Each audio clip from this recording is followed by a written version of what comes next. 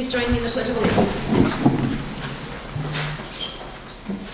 Allegiance to the flag of the United States of America and to the republic for which it stands, one nation, under God, indivisible, with liberty and justice for all.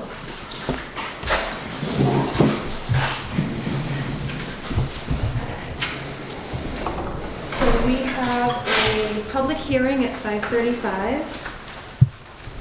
Chris, do you have anything for us that takes up 5 minutes? If you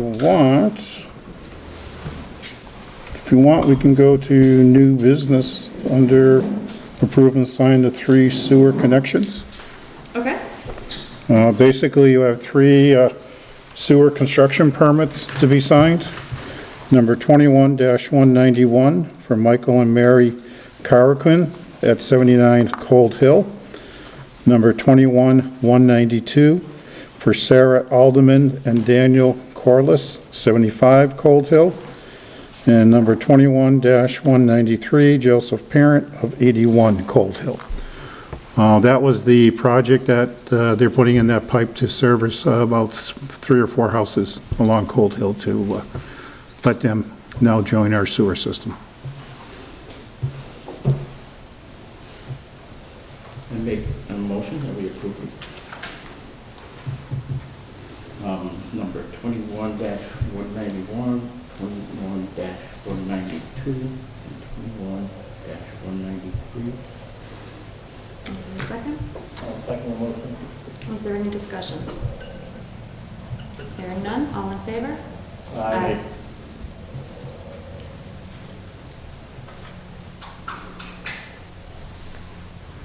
That didn't take long.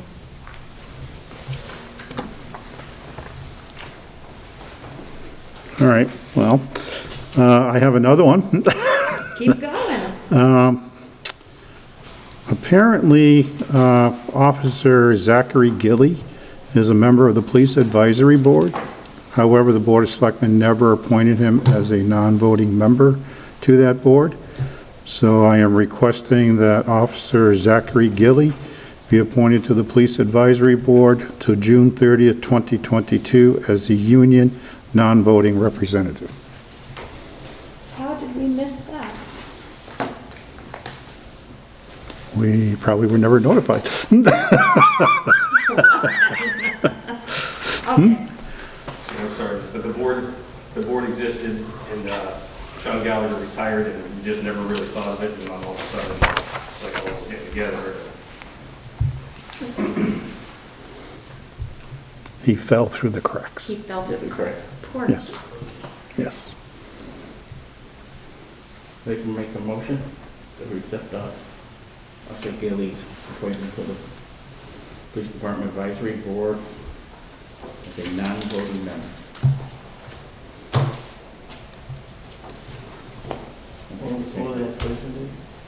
June 30th of 2022. Is there any discussion? All in favor? Aye. He's done. Thank you. You're welcome. Okay, and then I have one other item. It's in the correspondence folder. There is a national opioids settlement process going on now. I did sign the town of Granby up to be able to participate in that settlement. So the documents will be coming directly to me whenever we have to do any action on the part of the town. Okay.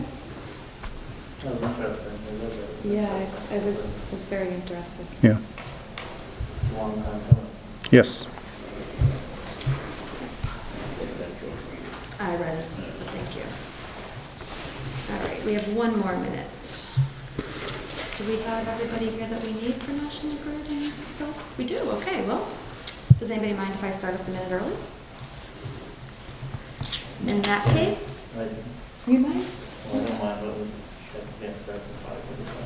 By the time I finish talking, oh Lord have mercy. I was trying to talk to you for a minute, just to kill the clock. Oh, see, it worked, it's 5:35, and I will call the public hearing to order. So the Select Board will hold a public hearing on Monday, October 4th, 2021 at 5:35 p.m. at the Senior Center Building located at 10B West State Street, Granby, Mass. to grant permission to Massachusetts Electric Company, DBA National Grid, desire to construct a line of underground electric conduits, including the necessary sustaining and protecting fixtures under and across the public way or ways hereinafter named. The following are the streets and highways referred to: 30112644. Phillips Circle, beginning at a point approximately 1,036 feet northeast of the center line of the intersection of Jennifer Drive and continuing approximately 594 feet in the north direction. National Grid to install one-phase primary underground from existing pad mount transformer number 3 to a primary pole box at the end of the cul-de-sac to provide electric service to house on lot 11-B.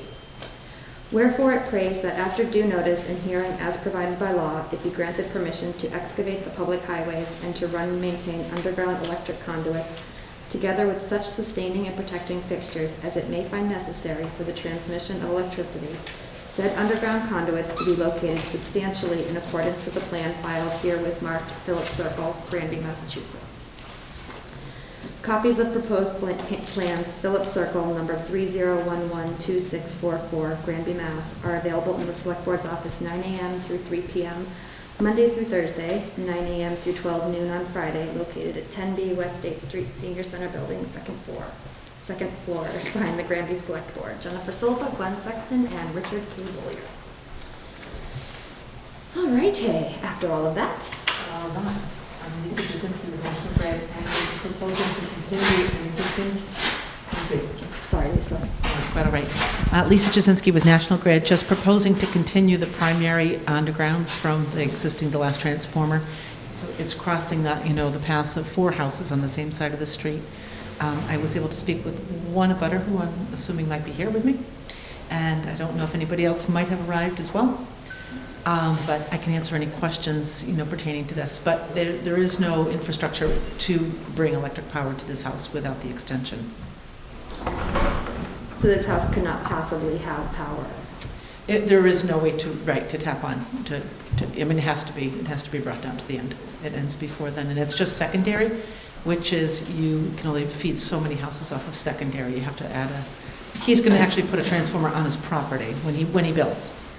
And there was a question about will this work begin before he starts construction on the property, and it will not. And not until there is a foundation, and do we actually then move this along. We're just looking for the permission ahead of time.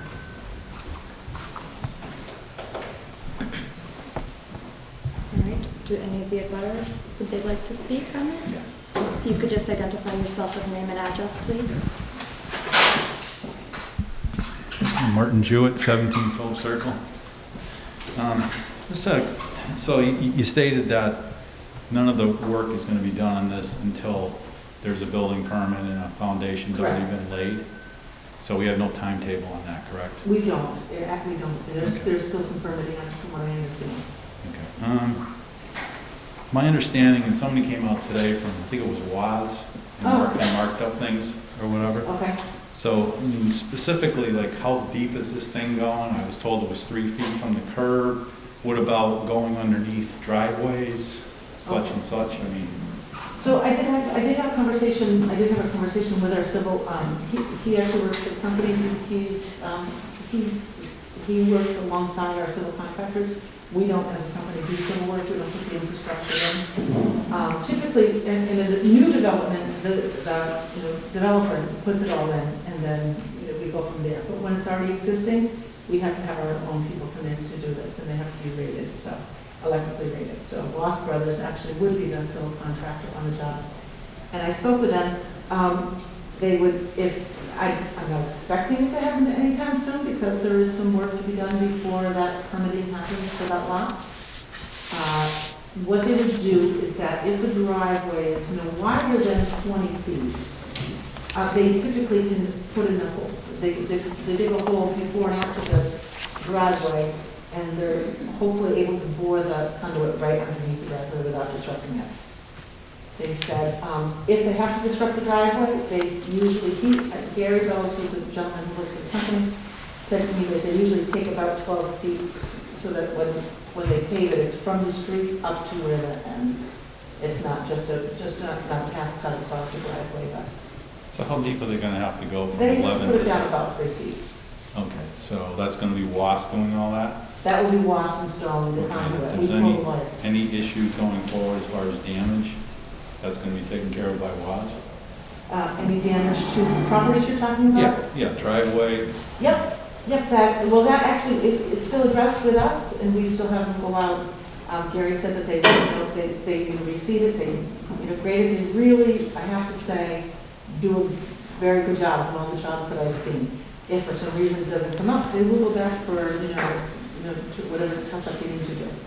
well, I've got a gas stanchion, towards the box. I mean, how are they gonna work that? Are they gonna go underneath that? Are they gonna go around Gas, that? I thought gas is down lower. I don't know what the depth is, but there are places. Well, they have where- the cover, off the ground or whatever. You can see it if you came out to my house. Yeah, so dig safe, they would call dig safe, they would all be out there to mark, and then they would know they know better than I probably could explain how to cross. We don't go in the same trench as gas, but we obviously, we all have to cross each other in different areas. Okay. And there was no discussion about putting it along the other side, because, I mean, I've lived there for 30 years now, and this lot has been kicked back and forth about building and not building, and finally have somebody that's interested in building it. But, he purchased that land about 1.5 years ago, and still nothing has been done. I don't know what anybody here knows about as far as this thing being built or not. I've been in touch with different town departments, and, when is this thing gonna be built? When's it not gonna be built? And poof, all of a sudden I get this notice to the butters about National Grid, so it's like, and obviously the next question is, okay, you're gonna be responsible, they're gonna come in and do the work. Well, is this gonna happen now? Is this gonna happen next April? I mean, I kinda want a little bit of a timetable. I'm sure my neighbor does too, of when this is gonna happen, Yeah, I think that I would, just kind of keep communications open. I can get, I did send you an email today. Did you get that? Yeah. Okay. And so just make sure that we have communications going. Like, I can't tell you anything until he has built the building permit set. He does have some permitting to finish. He did have a lot of things to work out with us, cost and figuring out, really what we would be responsible for, what he's responsible for, and that kind of went back and forth for a bit. I don't think it was necessarily fault of his own that it's taken this long. But there's so many wrenches that can be thrown into the works, Is there any discussion about having this digging done on the other side of the street from us? Well, the primary is already on your side of the street, and typically it follows that same path. It gets much more complicated to cross over and So the primaries on our street feed the houses on the other side of the street? it sure does. Okay. It sure does. It feeds the transformers, which would then send secondary out to handles. And if he decides he doesn't want to build there, nothing is going to be done until he... Correct. Rob, you got anything? Yeah, I do. If you could just state your name and address for the record. Yes, I'm in 11 Phillips Circle. My name's Robert Hall. We've been there for 32 years now. We have the sewer drain and a pipe going down through, right on the edge of my property between mine and the next house. How is that going to affect the wiring going through there? Well, so you're talking about, I'm not sure what you mean by the sewer drain and where it sits. Like I know the transformer is just before your house? Yes. The transformer is right on the edge, on the other side of my property. The sewer drain is as you're looking east from the front of my house. The sewer drain is on this side of the property. That's the property line, the sewer drain. Okay. And the electrical box is on this side of the property line. Okay. Well, sewer drains, I believe, also are typically lower down than the 3 feet. I don't know for sure, but that is something that's connected to town sewer. Is that what it is? Yes, it is. Okay. believe you mean storm drains. Yes. Oh, it's a storm. Storm drains. Yes. Okay. Sewage. Okay. I'm not sure about storm drains, because sewer drains typically, when they call in a dig safe, you have to also notify towns so that they can mark out any water or sewer lines. Storm drains, I will have to ask about, and I'd have to get through to you, but I do know that the one number that we have for you is no longer in service, so if you'd like to leave me a number, that would be fine. Yes, and I was sitting back there and I couldn't quite hear, you're gonna dig underneath the driveway? So yeah, the primary would have to go underneath the driveways. I was saying, Mr. Jewett, that from what I understand, their first attempt is to dig like a little pit hole on each side of the driveway and bore the conduits underneath it. They can only do that if the driveway isn't too wide. If it's I have a not, double wide driveway. you do. Yeah. Is it wider than 20 feet? It's probably at least 20 feet, yeah. Okay. So in that case, they would probably have to open it up, but they would repair it. They would, I think if they open up from wherever they dig out to the street, so it's not just a path, but they go from the street to where they have to cut. Are they gonna repair it the right way and not just patch it and I- have a big pivot in there No, in a couple of months? No, because they would actually, if there was a big dip in there, they would be able to. Is there a liability, like, say, after the fact, like 6 months, a year from now, they come out and they repair everything, great, 6 months later, it looks like, you know. Yeah, that's what I'm saying. Yeah, what kind of guarantee do we have after the fact? I think that you just address it with us at that point. Can't imagine that we would not go out there. When anytime you dig and you put the dirt back in there, it has to settle. Yes. It has to be given time to settle. It isn't, even if they pack it down, it's still gonna settle. And if they retar over it, I just had my driveway retarred a couple of years ago. So it's all brand new. Yeah. And if they patch it up, I want it done right. Well, I will tell you that the work that I have seen them do, and I've seen it because I've been working in the same area for quite some time. There was one spot, and it was in downtown Northampton actually, and it was along this alleyway that I was amazed how little disruption that there was. And I see it often, and there is not a thing that's changed about it. Well, from what I've seen But lately, I think that you just address it with us if something ever comes up. around the area, and not just Granby, Belchertown, Holyoke, they've been digging up the roads lately, pretty much everywhere, and they're just patching them. And they're not even. And And I I'll don't see you think get you on would it. expect to see that. Yeah, it's terrible. I hear you. Lisa, if I may, Yes. I know some of the board members might have the same problem as me. Do you happen to have any pictures of the site so we can visualize? I don't, I only have our sketch that would show some of the others that they don't have a sketch, you know, Yeah. show where it's kind of going. That's what we were looking at that as well, but I'm Yeah. directionally challenged. Yeah, I'm sorry.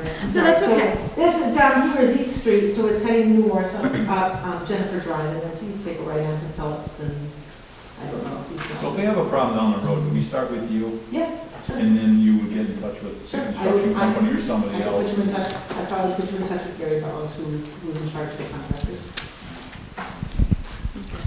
So, I mean, what I'm understanding from you, it seems like, you guys got reassurance that it's gonna be done right and done correctly, not gonna be problems 2-3 years down the road, and now you're dealing with the problem. Well, like I said, back then, ancient history, Rob's been there 32 years, I've been there 30 years. This lot has been, it's Galusha, I guess they had 2 lots, one on Barton, one on Phillip, and for the longest time, 4 different realtors, for sale, nothing ever happened. All of a sudden, this guy buys the land. Like I said, it had to be a good year and a half ago, and it's been, I don't know what the holdup is. I don't know if it's construction materials because of COVID or whatever, but here we are, almost 2 years later. And, at the time, like they put in a silk fence, these people just show up, a whole bunch of trucks show up, and, I'm kind of the point between me and the new construction.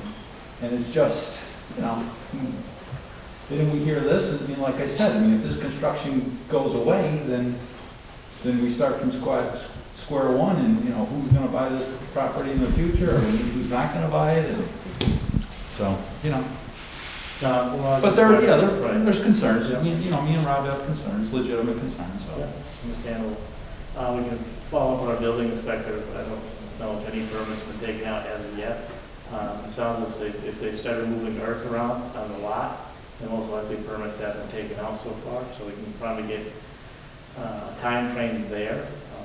We connect with the owner to see what they're looking to build, as they're looking at as far as the time frame.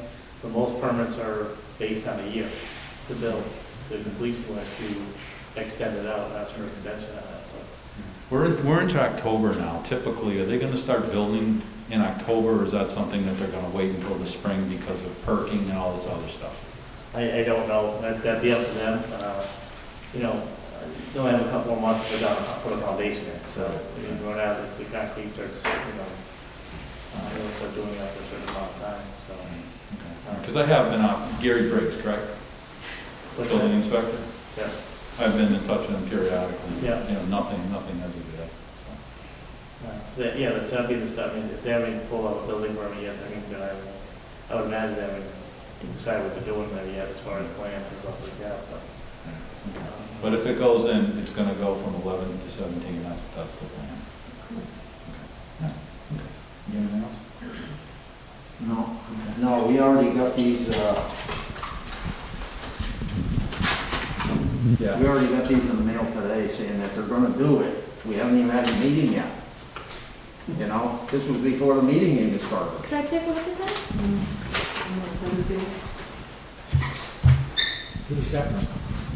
That was in my mailbox when I came home.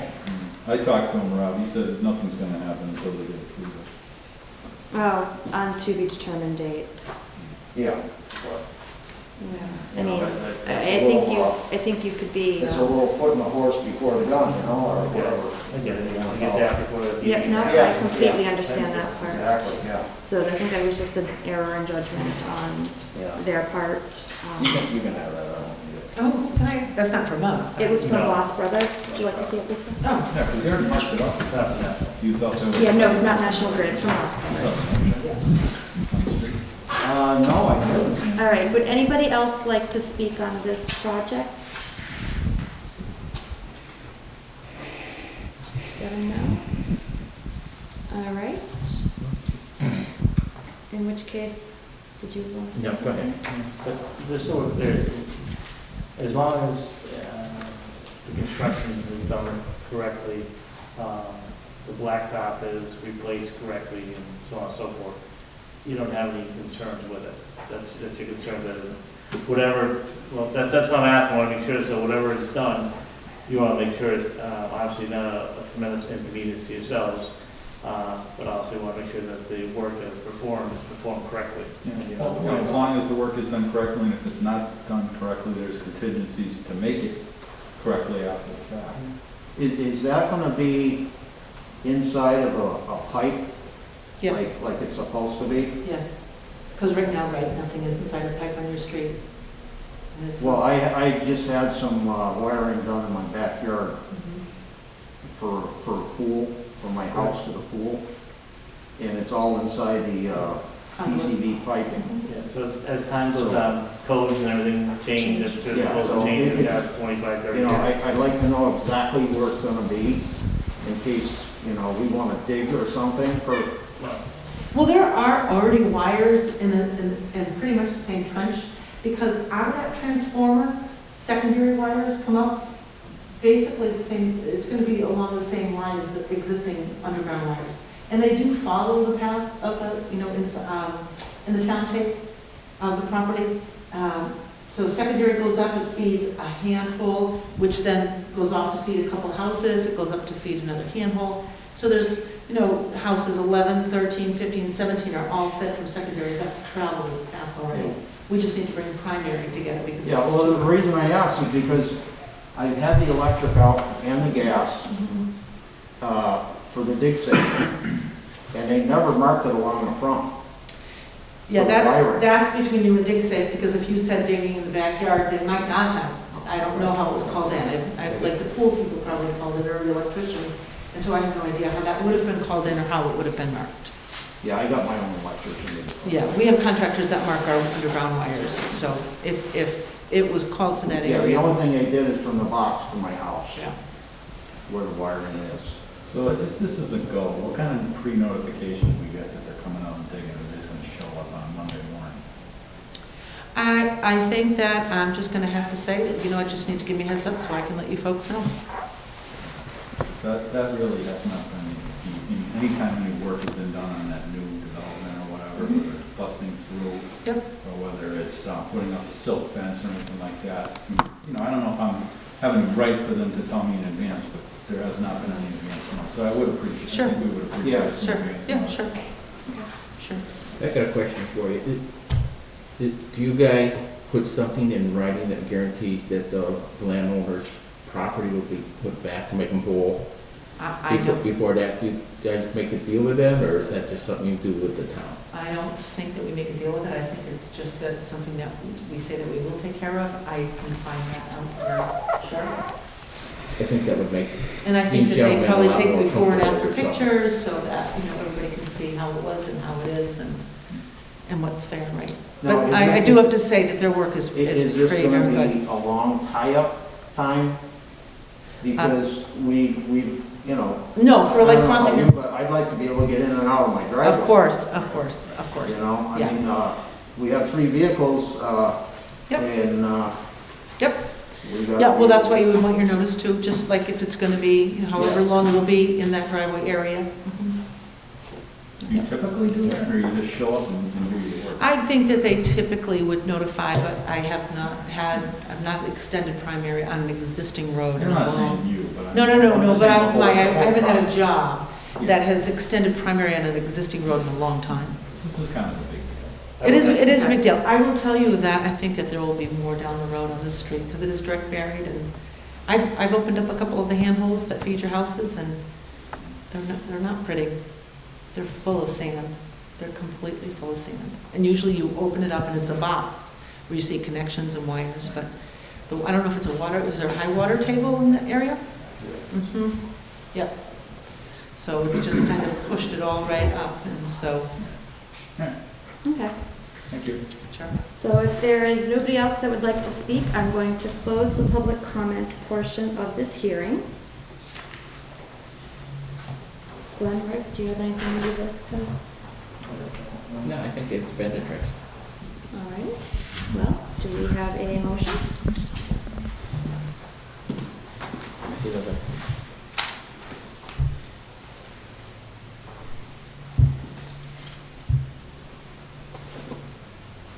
After discussion, I'd like to make a motion. The following are the streets and highways referred to as 30112644. Phillips Circle, beginning at a point 1,036 feet northeast of the center line intersection of Jennifer Drive and continuing approximately 594 feet in the north direction. National Grid to install one-phase primary underground from the existing pad mount to transformer number 3 to a primary pole box at the end of the cul-de-sac to provide electrical service to the house on lot 11-B, and make a motion that we accept that. Can I ask, before you adjourn, can I ask one more question? Who maintains those boxes where the transformers are? We do. Because there's a hole in mine. Okay, well, I'm going to table that discussion until we finish this discussion, and then we Okay. can work We on can have that. that outside. Yeah, perfect, thank you. Second motion. All right, is there any further discussion? Hearing none, all in favor? Aye. You're all set, Lisa, thank you. Thank you, gentlemen. Good night. Thank you.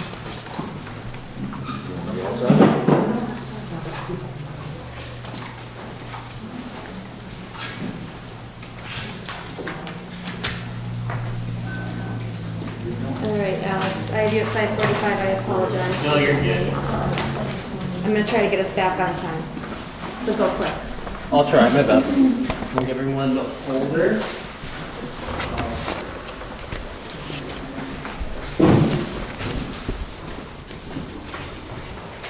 I'll turn the microphone on. Bear with me, I'm not used to being in front of the camera, being behind the camera.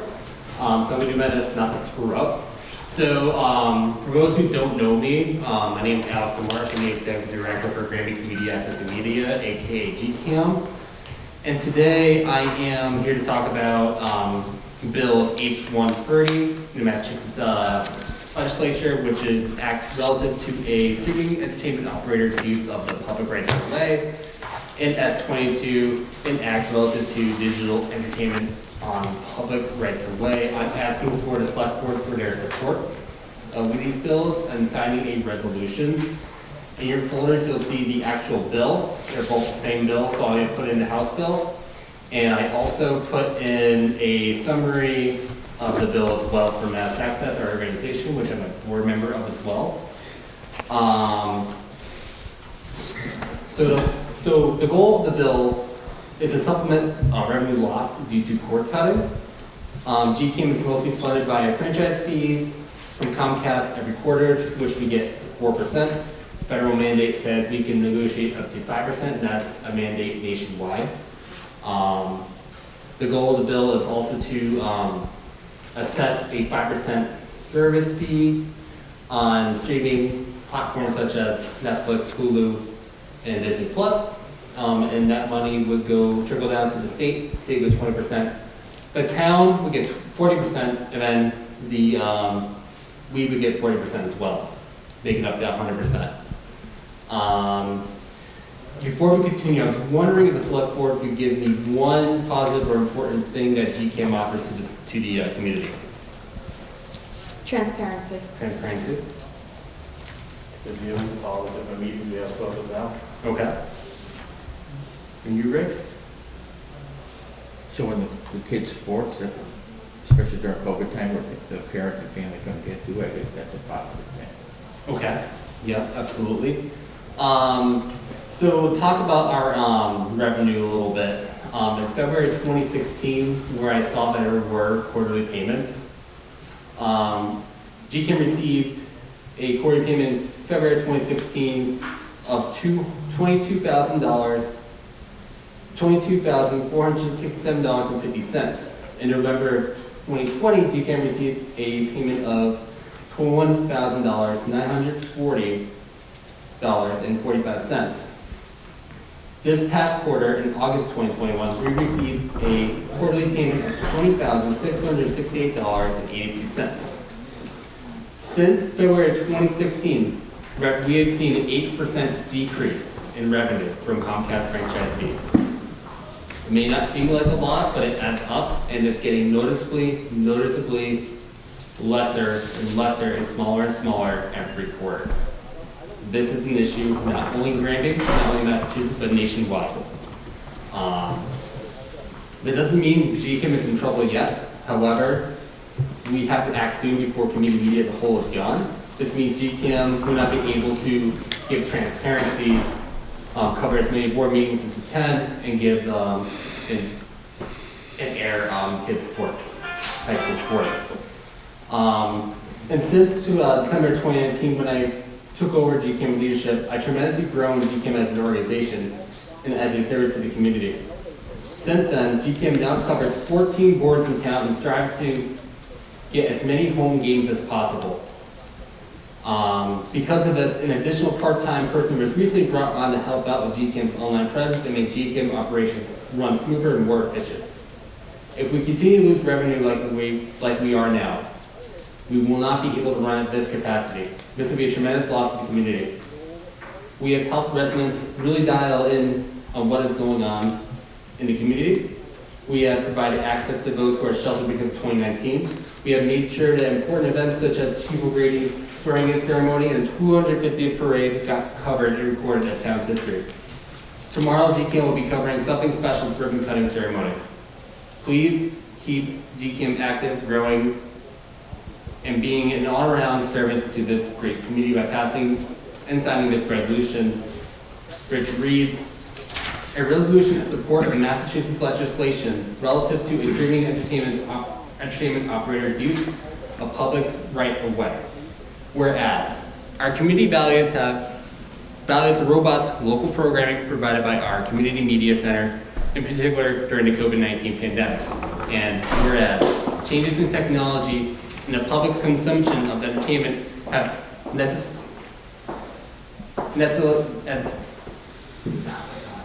I'm sorry, could someone help me on that word? Necessitated. See, has necessitated the needs for changes in law to keep pace with innovation. And whereas digital streaming companies use public rights of way to sell their product across Massachusetts and don't pay a dime like Comcast does. Whereas the COVID-19 pandemic has demonstrated clearly the importance of services and programming offered by community media centers. Now, therefore, be it resolved on this Monday, October 4th, 2021, that the town of Granby encourages the Commonwealth of Massachusetts to pass H-130 and S-2200, the town of Granby by its Board of Selectmen, Jennifer Silva, Chair, Richard Buller, Clerk, and Glenn Sexton, Member. All right, before the board says anything, I have a question. In full transparency, I am the clerk of the board of GCAM. So should I just recuse myself from this? Okay, I'm going to recuse myself from any discussion on this. I'll be back. Just let me know when you're done. What is the vote? What's that? When you know the vote, when the vote comes out of the I vote? don't know the exact date. I'm not 100% if there's actually a date, but I know it's coming up soon. For when they actually talk about and discuss it in the committee. How long would you think if you knew? Do you think a couple weeks, maybe a month, sooner, or you don't know? It depends. I mean, I know last session, they ended up putting it in study, and I don't really know the exact timeline of what happened. And it also depends on how many bills these committees actually have, too. And the House committee is actually a brand new committee, too.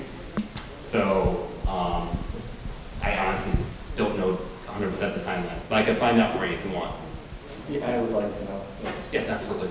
I think I might be able to help you a little bit. When they go into committee, sometimes they can hang on to it for up to 2 years. Well, that's why I'm asking, it could take a while. So, before, I don't recommend, before this board signs anything in support, that we have our town council look at it. We're signing on behalf of the town of Granby, so that said, I'd like to at least have our town council look at it, make sure it's proper for us to sign. I don't have a problem supporting it. I don't. I want to make sure that Yeah. it is correct and things like that. We can also put it on our town heading too. Yeah, so I can always provide something for you, but I agree, Glenn. I agree, that's a great thing. Who wrote this part up? You? So this is actually, I actually copied it from another resolution, Town of Kingston, and I'm pretty sure that person used the same one. Same language? It's honestly, I just copied it. Making its way around. Yeah, pretty much. And you don't know if it's made, it's in the House committee right now? It's in both the House and Senate. There's two different committees that's going to be acting on it. Okay, so we don't know like they did with a bill that I'm familiar with, they kind of like rewrite it. Yeah. Yeah, they can change it, rewrite it, before they bring it up for passage. So Alex, I think we'll have our legal look at it, Okay. and then we can go from there on it. Sure. Absolutely. Is there any plan from Comcast that they're dealing with the streaming? Because apparently that's the way of the future. Could you repeat that question?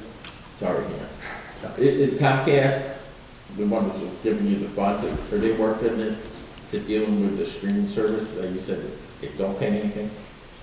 So the streaming service currently doesn't pay anything. Comcast only pays us for cable subscriptions. So if you have a cable subscription in town, pretty much 4% of that, give or take, is going to come to us. And do you know what the percentage of people leave in that? To go with just whatever service they get on their computers, I guess. You No, know, I think it's growing. It's gonna be It less. is definitely it's growing. And like I said, our cable revenues have, our revenues from Comcast have, Dwindling. are dwindling. You know, streaming is getting more and more popular.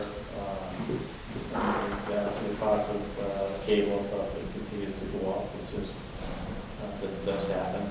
So, you know, people are just making choices, and as they make choices not to have cable, obviously that affects your revenue because they don't have that subscription anymore to cable. Absolutely. And then we start to stream, and then try to get a piece of that pie. Yeah, absolutely. And not only are we getting something out of it, you're getting something out of it too. That goes in your general fund. Yeah. Do you know if this will affect the people who subscribe to Comcast's bill? How much will it go up? It's up to Comcast, really. I mean, I couldn't tell you what Comcast is thinking. You don't know percentages? Okay. No, but I can tell you that Verizon in about 2 years is going to stop serving cable in their communities. And there's some communities out there have both cable, that have both Comcast and Verizon as an option.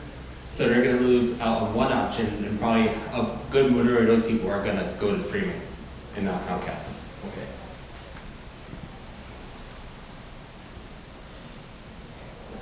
I'm all set. Yeah, we can tell our chairman when she comes back that we're going to have a legal look at it and then we'll address it then. Okay, perfect. Thank you. Thank you. Thank you. You're welcome. Keep an eye on that stuff, that kind of look for bills. Yeah, absolutely.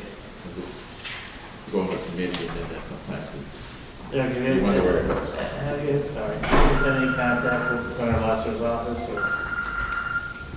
So, I tried calling Senator Litton's office. I tried, we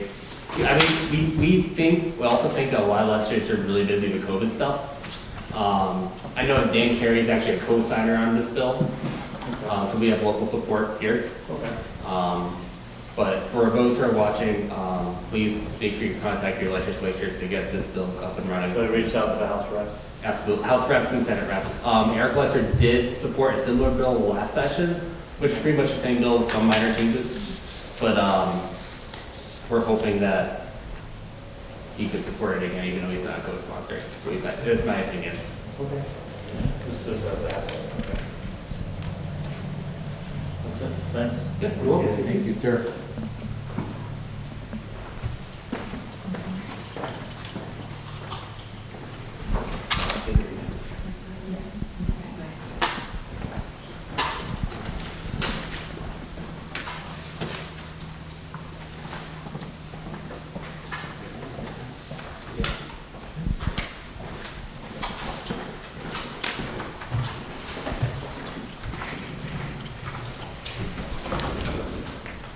Okay, 5:55, and we have Jeremy Carrier. Good evening. Thank you, Select Board, for having me back again. This is just a follow-up, the first portion of this, to when I came before you last month to discuss concerns about moving forward on how I was going to be able to take care of some of the properties, specifically baseball and softball fields, and amend soil and do other work. As some of you may know, I have been in contact with Dave DeRocher since that meeting and have gotten back confirmation that he would do training with me on the equipment that is owned by the Highway Department for use on the fields. That will hopefully be taking place by the end of the second week of October when he returns from vacation. I did also, during that period of time, I know I forwarded one packet to the Select Board with pricing for a tractor and some implements. I was able to take and do an apples-to-apples comparison with another vendor, just so that you have two in front of you for pricing, just if in the future we needed to move forward in a different direction other than using some equipment that the Highway Department currently has. We did not go out to bid. These aren't bid specs, so just so that anybody watching this doesn't think that they were excluded from the bidding process. Again, we are not out to bid because we have not gotten any permission to go forward to actually purchase anything or do it. We have not gone out to bid. The prices I thought for the equipment that I did go and get pricing for was relatively decent. The upkeep of those pieces of equipment wouldn't be much, and it would be utilized again for not only the fields if we needed to in the future, but having a bucket on the front of one of them could move soil at all the fields and properties, and could also aid on some of the other properties with some of the heavy items that we would need to move. And if the board had any questions for me on any of that they have seen.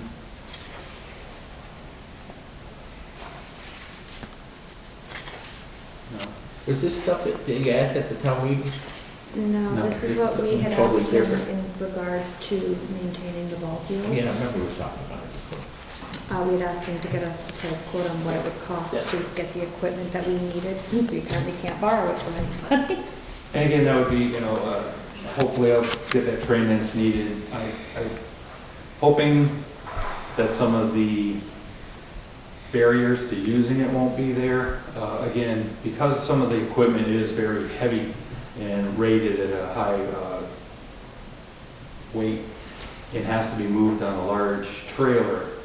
You need a Class A CDL license to move that. Currently, only 2 people on the highway department, Russ and Dave, have the credentials to transport any of those. So I would be limited by that as well. It's not something that I would be able to move if I was using highway equipment. I would have to get permission to use it, time that they're not using it, then I would also need them to be able to move it for me to the facilities that I need to work on, and then transport it back by the end of the day to secure it properly. So that's something just to consider in the future, that there might be obstructions to using it in that. There's some regards. logistics, okay. Yes.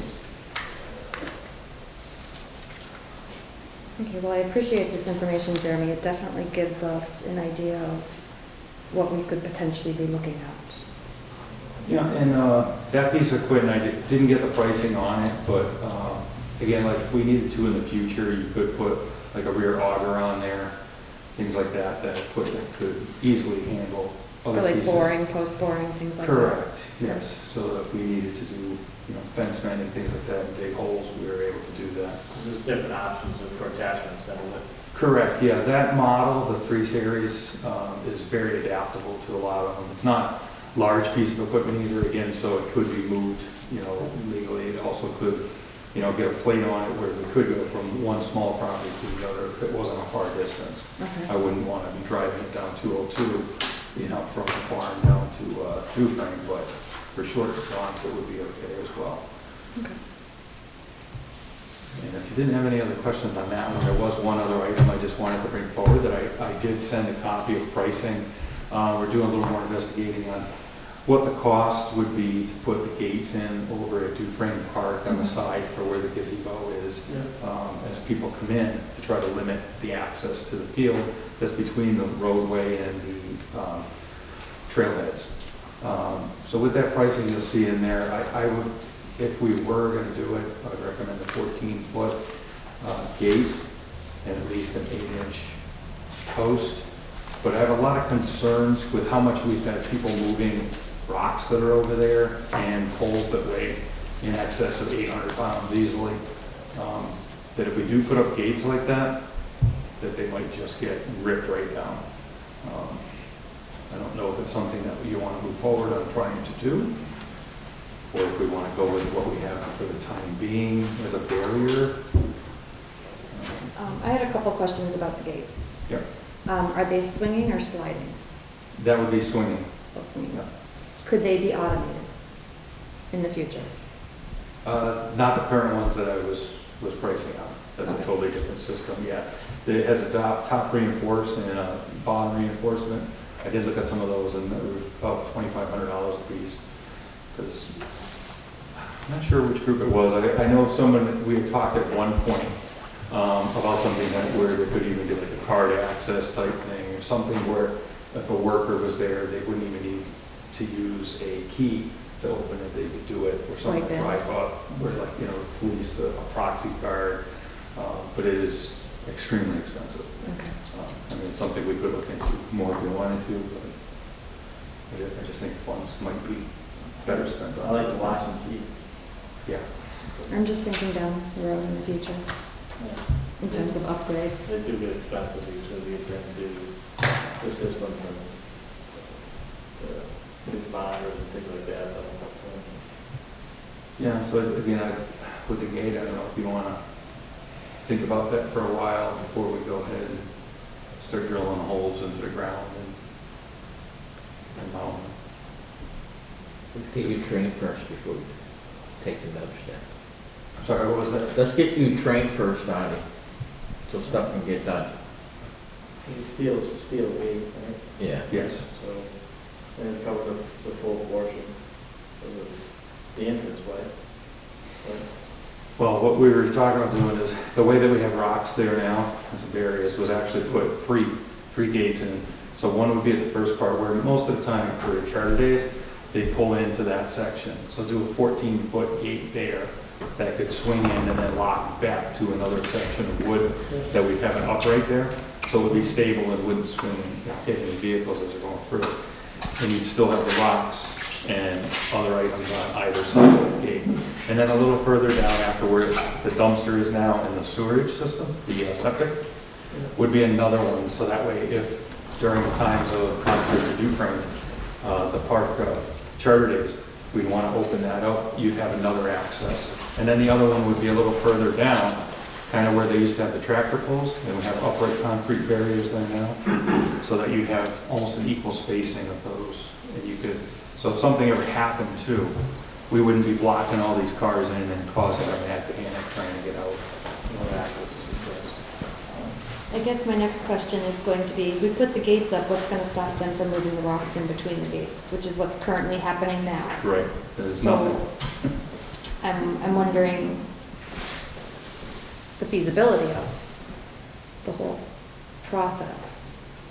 Unless we're fencing in that entire area with guardrails or fencing or something.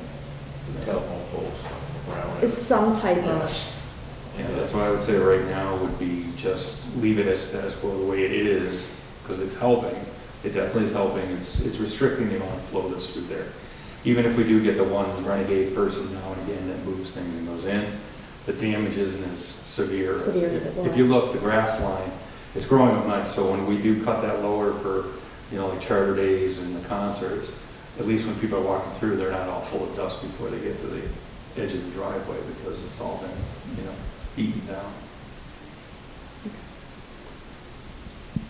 well, I think that's definitely something that we need to think about. Thank you for your But time. it's good to have this information. Thank you, Jenny. No, thank you.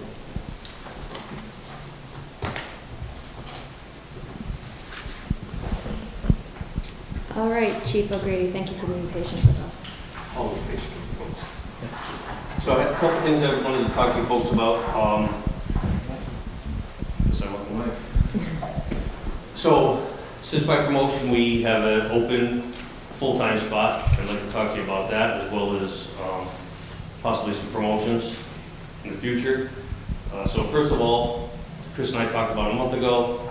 He told me to go forward with trying to fill our full-time position.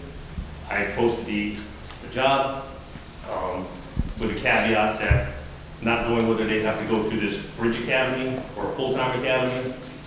And as of the day we took it down, they were going to have to go to a full-time academy. We had one applicant, Alan Brooks.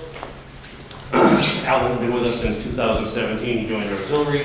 He became part-time in 2020 and has been working for us, filling shifts and doing a tremendous job since then. The police advisory board got together on the 23rd, interviewed Alan, and they unanimously suggested he be the next full-time officer. Since that posting, we've learned that Alan will not be doing a full-time academy. He'll have to do the bridge academy. So that bridge academy is 80 hours online, 120 hours in service, but they're not offering temporary waivers anymore, which most of us did. We got a temporary waiver, which gave us like 270 days before going to an academy to become to work cover the shifts, and then we went to the academy, and then when we graduated the academy, we were all set. So it kind of put a wrinkle with this. So what I'm asking the board to do is appoint Alan contingent upon him being certified as a police officer, completing the Bridge Academy, and with an appointment date basically to be determined once the certification process is complete. He actually started, we registered 2 of our part-time officers for the Bridge Academy. This also includes them having to go for physicals, the same PAT all of the officers have to go through. Those, Officer Brooks and Officer Bartlett have been scheduled. Actually, they're going for their physicals this week. Once we get the physicals back, we can schedule the PATs. They're already both registered for the 80 hours online. You don't need those 2, the PAT and the physical, to schedule that. So Alan's already been working on it as of this morning. I think he was a third of the way through the training. Excuse me, he's masked. He'll need to complete the online trainings. There's 4 tests he has to take. In the meantime, we're going to get the PAT and the physical done, and then I can schedule him for those 3 week-long trainings of defensive tactics, emergency vehicle operation, and firearms. Couple of questions for you, Chief. The online, is that being done as part of the scheduled shift? Yes, Okay. we're trying to do that while they're working. Okay. So he has a quiet spot in the station that he can... Yep, he's working in the reports area, or one of the offices. We can, somebody's always on it, can unlock a door for him and let him go to computer and concentrate. What's the benefit to appoint him before he completes the academy? I think knowing that he's going to be the next full-time person shows a commitment from the town, being us, and to him as well. It's going to get very competitive to have officers looking for jobs once they complete this Bridge Academy. So it's really nothing as of today would really change, except the fact that he knows that he has a job once he completes this certification process. I think it shows that we're committed to him, and I believe he's committed to us as well. So That makes sense, the reassurance on both sides. exactly. As of right now, he's just picking up open shifts. That open shift will stay until till the end of December right now, and then hopefully by then it's done. If not, we'll bid it out. He's by contract, some of the full-timers can take an overtime shift, and then he grabs a bunch of them after that. So he's averaging probably 24 to 32 hours a week now. But by law, he cannot be appointed a full-time police officer without having that academy.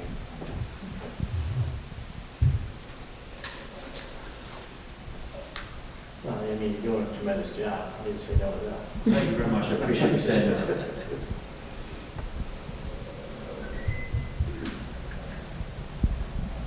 Well, I'll make a motion that we appoint Alan Brooks to the GRANBY Police Department. Your effective date will be determined after you complete the Bridge Academy and any additional training that is required before then. To expire 1 year after the initial appointment date, correct? If you don't know when the initial appointment date is, you want it to run a 12-month period? So that will expire 12 months after your official date of being appointed. I'll second that. Is there any further discussion? Yes. So, I'm just thinking, just so that we're notified. Oh, absolutely. So we can actually do an official appointment. Sure. I mean, it's an official appointment regardless, we're voting on it, and if it is approved, it's official, but like to have Official recognition. a recognition, yes. Absolutely. And then it gives a proper date so everybody knows where everything is. And absolutely. Because we, on the board, like to acknowledge when you do complete everything, come back in front of us. Is that it for discussion? Yes. Okay then. All in favor? Aye. Congratulations, Officer Brooks. May I say something? You may. I really Thank you very much for this opportunity. I really appreciate it. And you have my promise that I'm going to continue to provide the best service I can to this community as I can, as I've tried to do so far. And again, I'm very, very thankful for this opportunity that's been afforded to me. You won't be sorry. Thank you. You've earned it. You're welcome. We've done some of us have done our homework. You've earned it. And then secondly, I'd like the board to start thinking about, or if we can have a discussion further on down the road, I'd like to, we are short a supervisor right now. I'd like to talk to you about appointing a sergeant and keeping that lieutenant's position. If you guys want to give some thought to it, we can talk a little further down the road.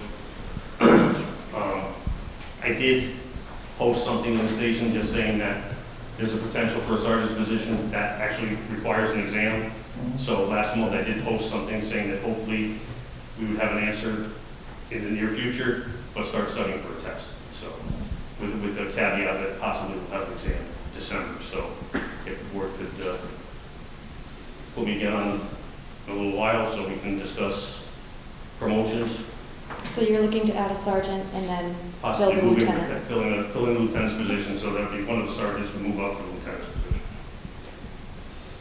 So you can only have Before, sergeants. when Chief Wishart was here, we had Chief Wishart, myself being a lieutenant, and 2 sergeants. Right now, we just have myself as the chief and 2 sergeants. With police reform, I really think we need to keep that lieutenant's position with all the internal affairs and all the reporting and the post commission and things like that. So what exactly would what exactly would the lieutenant be doing?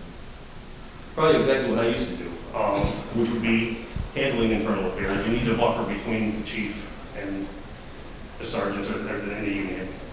So if anybody came with a complaint, we have to follow up on this stuff. We followed up on it anyway, but now with the whole post commission, we have to report that within 2 days of getting a complaint. We have to investigate it. We have to forward our findings back to that post commission. Excuse me. Lieutenant was also in charge of all the investigations, which with that held the court position, which worked well because as you're in charge of the investigations, you know where the reports are going, you know how the court filings are happening and making sure that everything's being completed. So that was, that really worked hand in hand. Prior, we used to have one of the junior patrolmen handle court years and years ago. I was one back in 06, 05.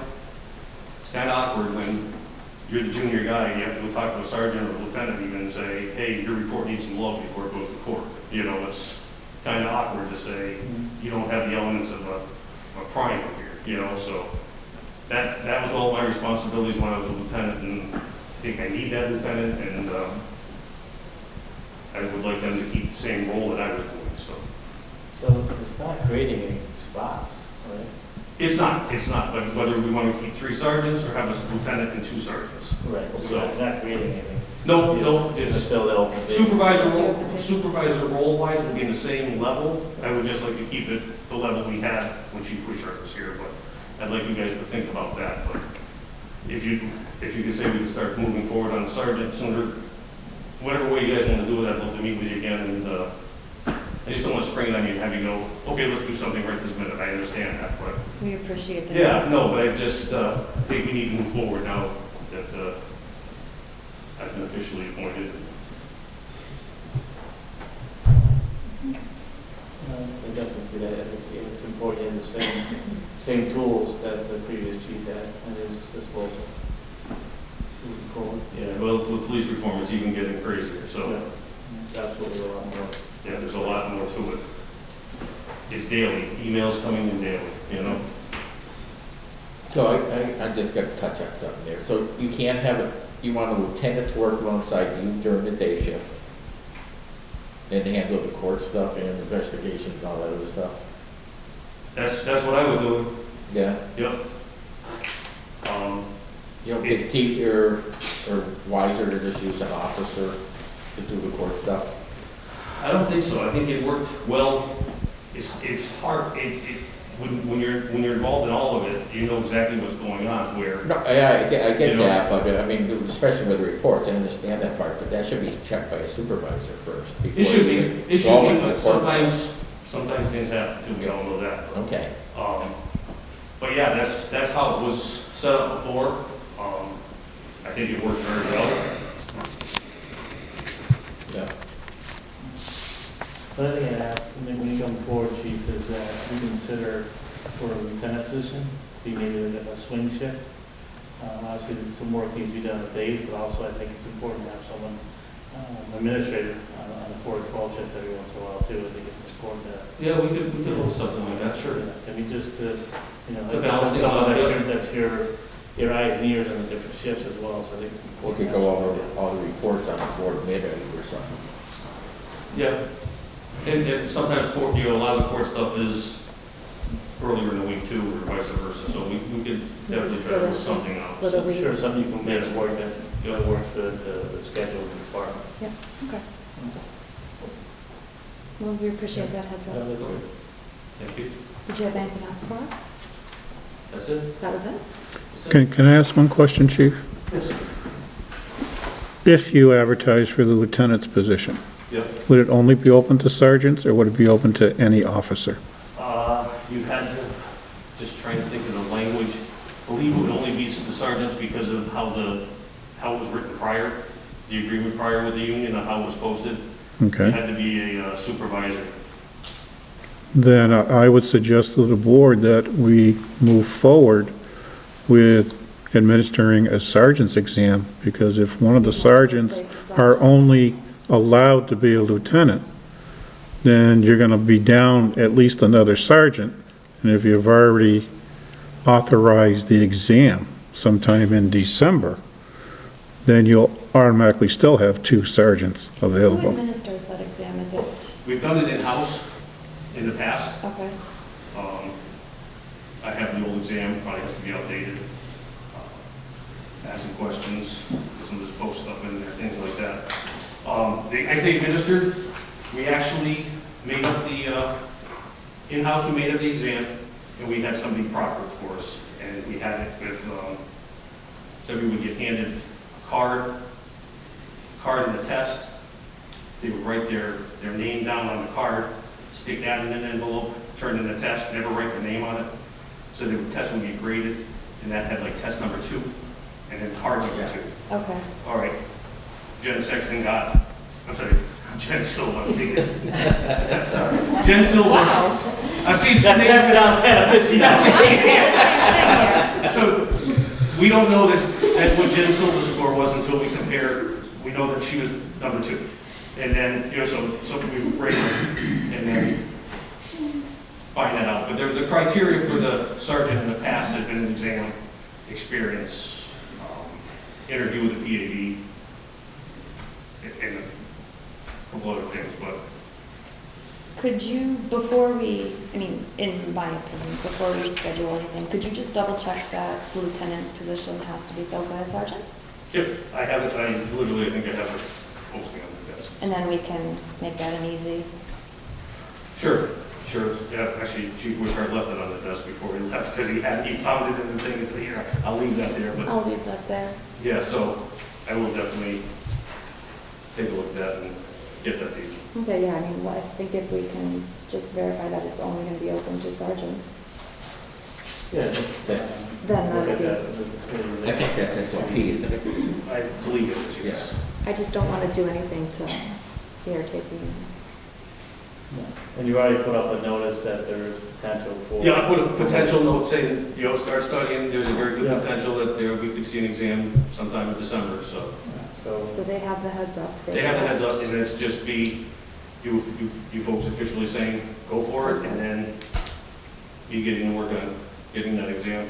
Well, I think if Current you and- get us that information, we could give you the go-ahead. Yeah, absolutely. I can have it to you for the next, I'll put it in my next weekly report to the town and copy of it, and Perfect. Let me ask you, if you know offhand, Chief, is there a requirement for length of time as sergeant to be a lieutenant? I believe it was 2 years, off the top of my head, 2 years as a sergeant with a degree and 3 years as a sergeant with no degree, off the top of my head.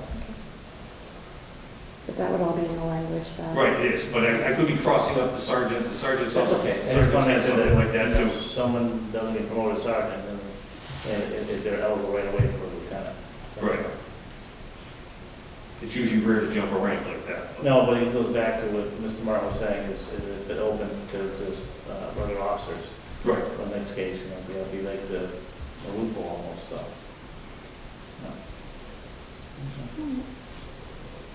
We appreciate that, Chief. Thank you. All righty then. Sorry, we're really off schedule. So we have one citizen participation. Crystal, are you ready? Yes. Okay, come on up, my dear.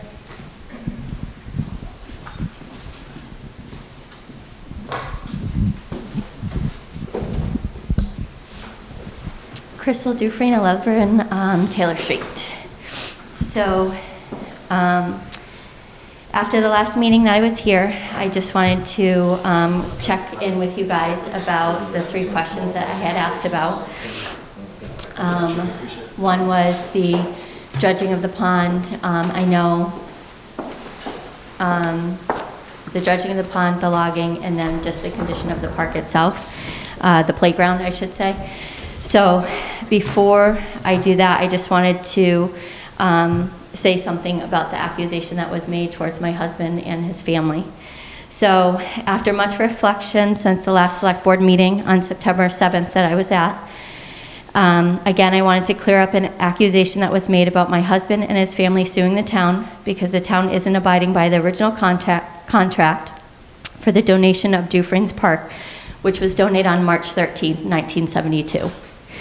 So it was almost donated 50 years ago. On March 13th, 2022 will be the 50-year anniversary. My husband's Pepe Frederick Dufresne and his great aunt Eva Dufresne donated the park to the town for recreational activities. My husband and his family have no desire to undo their family's wishes. They want the townspeople and the people out of town to enjoy its beauty. The only thing that we want, which is the same as all the voters and townspeople in here, is for the town to be taken care of. That's all we want, as many people at the town meeting voted on 2 articles to spend $50,000 for updates and $75,000 for the appropriation of the dredging of the pond. So I first wanted to clarify that.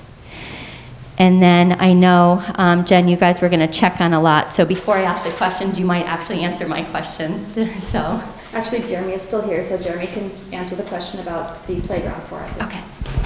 If I have an answer for you. I'm sure you would, because you have all the answers, Jeremy. Sure. I'm going to move forward just so. Do you want to ask the question exactly as you asked it before, or can I paraphrase it? Totally up to you. So I was just wondering about so I made a mistake. It's not a 12-foot drop zone. It's a 12-inch drop zone of bark mulch that's supposed to be at the playground for the kids so that they don't get injured. So that was my first question, which Jen and I on another committee have to talk about because there was money that was donated from the Friends of Granby Park that is strictly for the bark mulch, correct, but we can't put it in ourselves. No, so that's a different. Yes. So there was that question.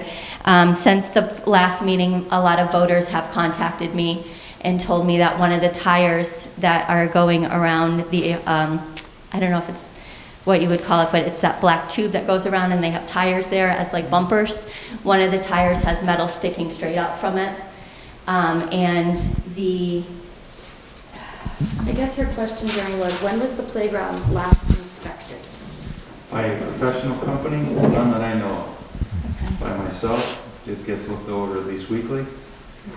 And we know of obviously some conditions that are on there.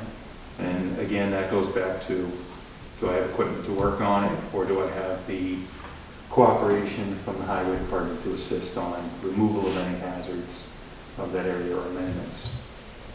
Okay, do we know how often the playground should be professionally inspected? Or if it needs to be? I haven't found the Massachusetts codes on any of that. I did for internal gyms that are in use, and that would be recommended annually and definitely need to be doing every 5 years. But external, I did not find a regulation on that one. Okay.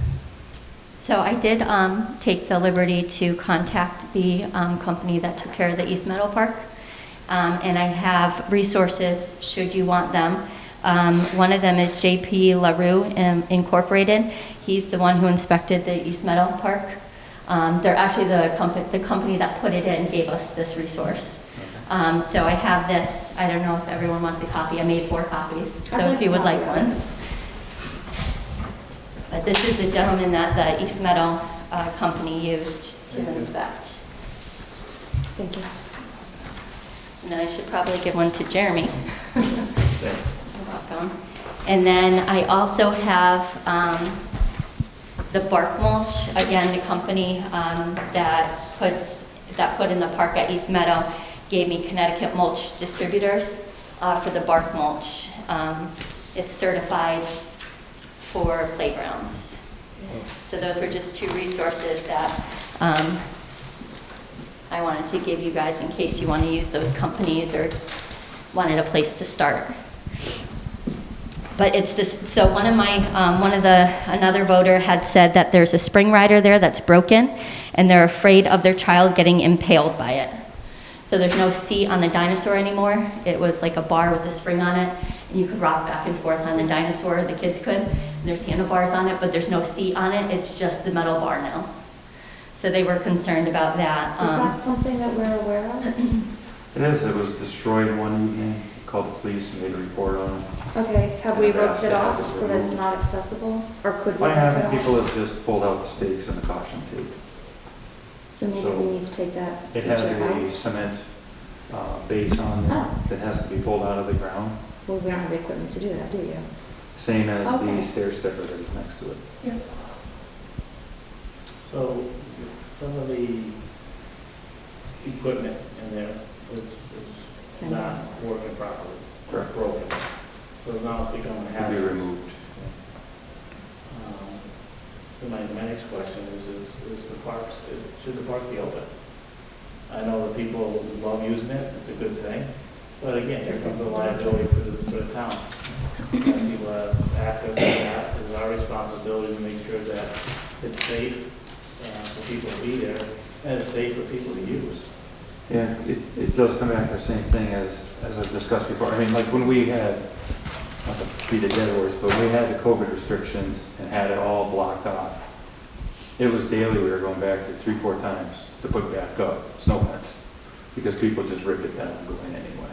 However, if we determine that it's not safe to use, and we post such things as saying it's not safe to use, it's not to be used, the park is closed. And granted, people will go in there and use it, and we'll have to work on that and get people not to use it, but again, it becomes a liability for us, for the town.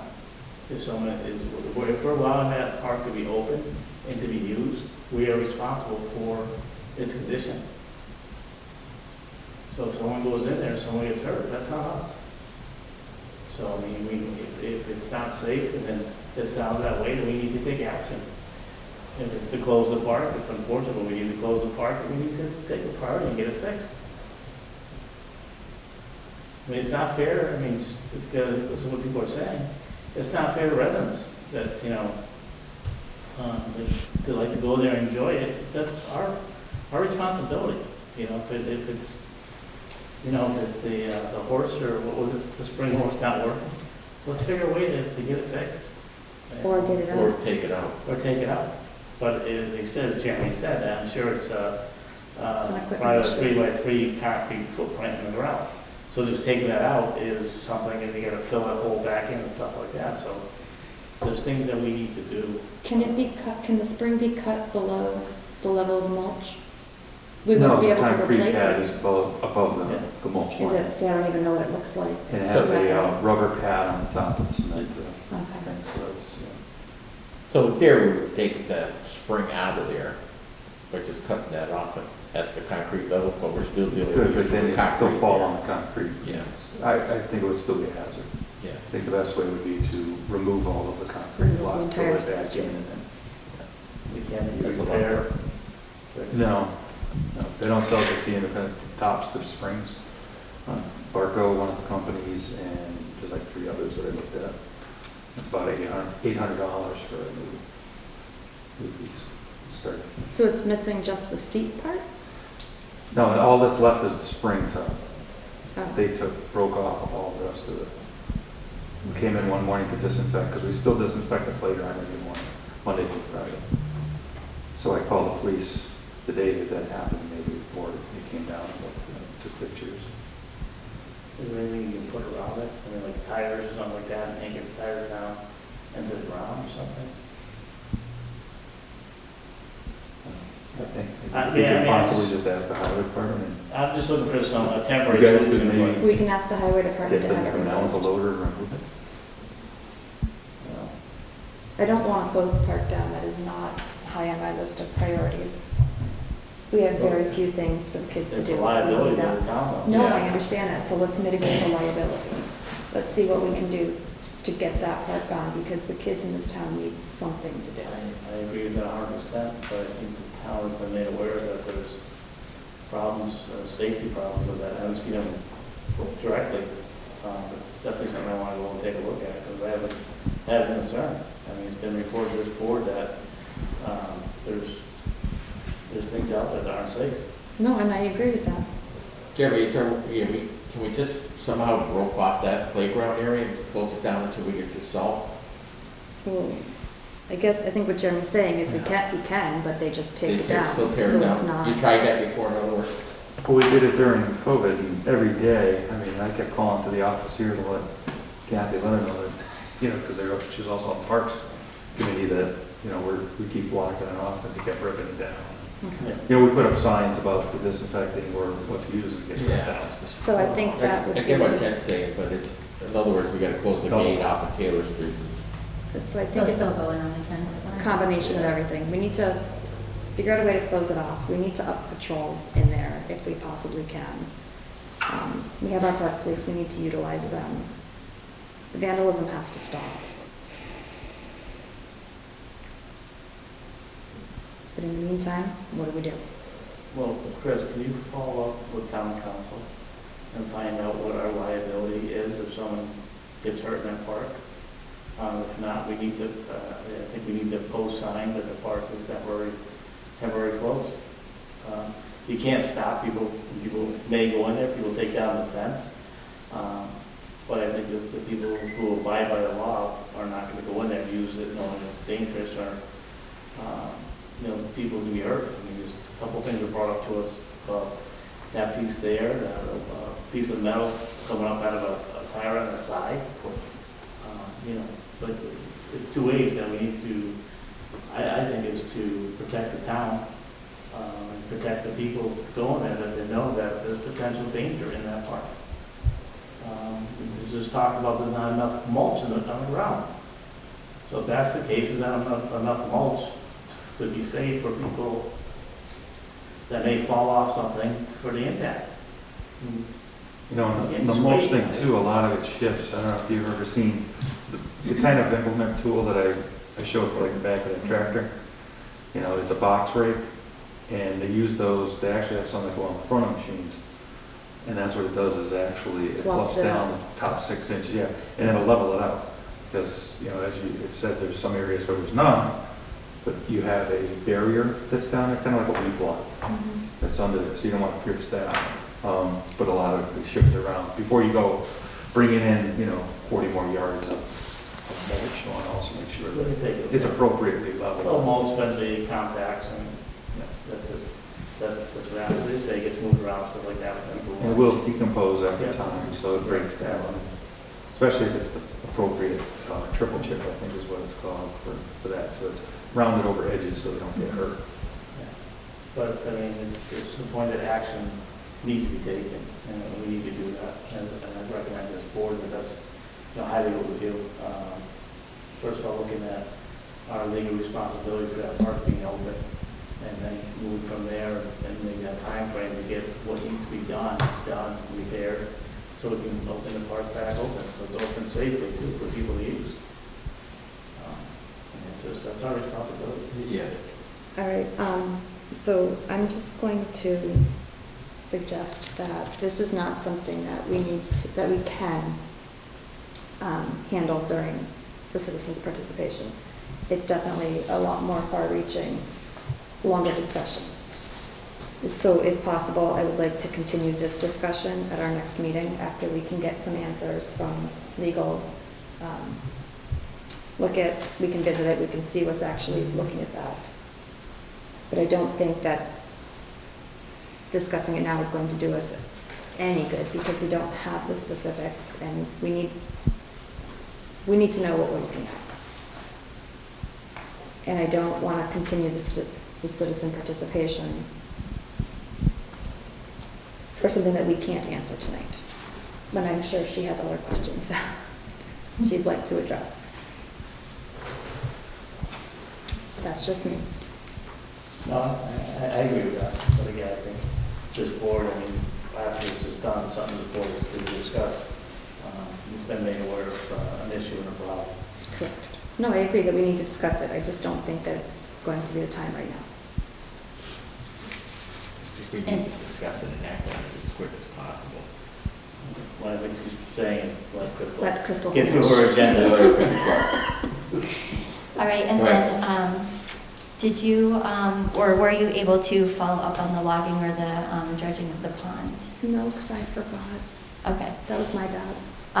That's okay. I actually had a bunch of voters contact me with information about the logging and the dredging of the pond.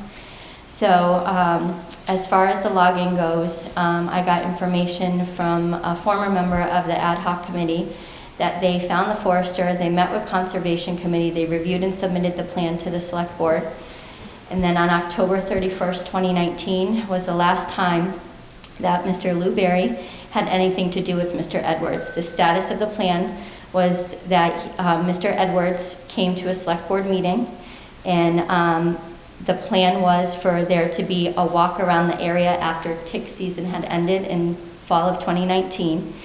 And so the comment that it was in Lou Berry's hand was incorrect and inaccurate. He followed up and did everything that he needed to do, and then it came in front of the board. And then I guess from the information I received, it was the board that was supposed to take it further after that with Mr. Edwards. And that was prior to COVID. So did that meeting ever occur? Because the voter who made me aware of this I said have they to go weren't back and sure. look at when we met. We did discuss meeting after tick season. I do not know. Kathy? I was just going to say, I reached out to Mr. Edwards right after the meeting last week, and I have not heard back from him. Okay. So it's not that we haven't done anything. I did try to reach out to him and ask what to do next, and I haven't heard anything back. Okay. I'm trying to think whether we had the meeting with everybody in person or it was just the board in person, because I could tell you when we met and decided to do it after tick season, but I cannot remember that answer. Now, is it just the Conservation Committee that needs to be there for the walkabout, or do we have a tree warden in town I that needs to believe be there? Dave DeRocher is our tree warden. Oh, okay. I mean, I don't believe, I'm sorry, he is our tree warden, but yeah. All right, so, and then the last thing was the dredging of the pond. So again, I had someone contact me with a bid that was given to the town on December 10th, 2019 by GZA. It was received, and the bid was for $45,000, which the town allocated $75,000 for the dredging of the pond. They had a timeline to start early to mid-January, should this bid get approved. And then task 2 and 3 on the bid was to be completed in June of 2020. Again, this bid was before COVID 2020 because the state shut down in March, or the school shut down in March, not in December of 2019. So it was an 18-page packet. I didn't print out every single page for you guys, but this was given to Mr. Martin on December 10th, 2019 for the dredging of the pond for a total of $45,000. Again, that's an estimate. They said that it might accrue some extra expenses should they come across other things. And they did the first phase 1 inspection or evaluation of Dufresne's Pond in May of 2009. So I do have the whole 18-page packet. I just have one copy of it, though. so I can give that to you. So my question was, we received a bid. This was the only bid that we received. Why wasn't it acted on?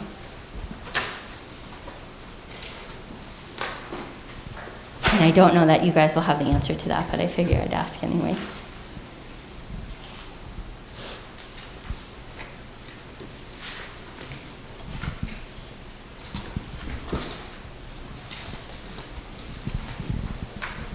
I can't speak to it and why it wasn't. I know, like I said, like December, January, and COVID was shortly after that. However, I know this board was dealing with a few things that the town was going through at that time. I don't think that the speakers, I know took a lot of our time as the board members deal with. Not that it's an excuse and if we got into COVID after that, a lot of things started taking priority over other things, unfortunately. Did you guys know about this bid? About the what? About the bid? Did you know about the bid of December? I can't say whether I knew or Yeah. didn't know. I mean, that's, I would imagine we were informed of the bid and I can't say for sure whether or not. Without going back in my email, Yeah. I couldn't tell you. Do you guys want a full copy of it by any chance? Because I can give you, I have it at home on my computer, so. We'll pay that to Mr. Martin. I'm sure Okay. Mr. Martin has it in his records, and we'll go from there. We'll see if we can move forward with it now. I know still even now, so with COVID, a lot of companies are doing as much as they were doing before in the past, just based on labor. But we can, if it's outside the bid window, I know it's been over a year, so it's outside that bid window, but we have to move back up for bid. So as far as the dredging of the pond, I don't know how the finance really works in town. I know that if the school doesn't use the money comes back here. So what happens once an article is appropriated at a town meeting to the monies? It stays earmarked for that project. Okay. So it has its basically, I don't know if it necessarily has its own account, but it kind of has its own little envelope, I guess, the way I look at it. Until the town decides to put it back, or Yeah. earmark for that particular area. Okay, so the money is still there to do the updates and the dredging of the pond. It just hasn't been done yet. Yes, the money has not been spent elsewhere, if that's what you're asking. Yeah, I was just wondering if the money was still there or if it was moved to a separate account, because I know at town meetings, sometimes they'll say we're taking money from, and then there'll be a long number of account, and we don't know really where that money was or what it was appropriated for, and then we move it over for other uses. So I wasn't sure if that money was still there for these projects or not. Well, Mr. Martin, that money's still in the account. Okay. Thank you. All right, so we have so I know the last time that I was here too, we talked about it going back out to bid. Do you know if that's going to happen this year? It would be nice to have the updates, the dredging and everything for the 50th anniversary. I think it's something, just as much as you guys want, everybody wants Charter Day to happen, it would be nice to have all that stuff also done for the 50th anniversary, and people can come and enjoy the park and the town and stuff, so I wasn't sure. Again, I know priorities take, things come up and other things need to be done, but I wasn't sure as far as what needs to be done to move both of these projects along. Well, I think this should be a priority. In several months, there'll be a 2-year time frame since 2019, so I think this should be a priority. I don't know how long their bid was good for. Usually they put a timetable on it, so that's if I look at that. If their bid's not good anymore, then I guess let's put out the bid again. And I don't know what that time limit is. Do you know, Priscilla, if it was in this package? I can give you a whole packet, actually. It didn't say when it expired that I read anyways. Usually they put a bid out to give you an expiration date. Yeah, you might not have it now. If they didn't, we can always contact them and see if we're still within the window. Actually, I will give you this whole packet because it says, please contact Nathaniel Araya and his number at GZA for questions about the bid. So if you want, I can just give you the whole thing. The rest of it on the back is just terms and conditions, so actually it probably is in the terms and conditions, which I did not read. I read everything else but that. I don't think you're alone in that.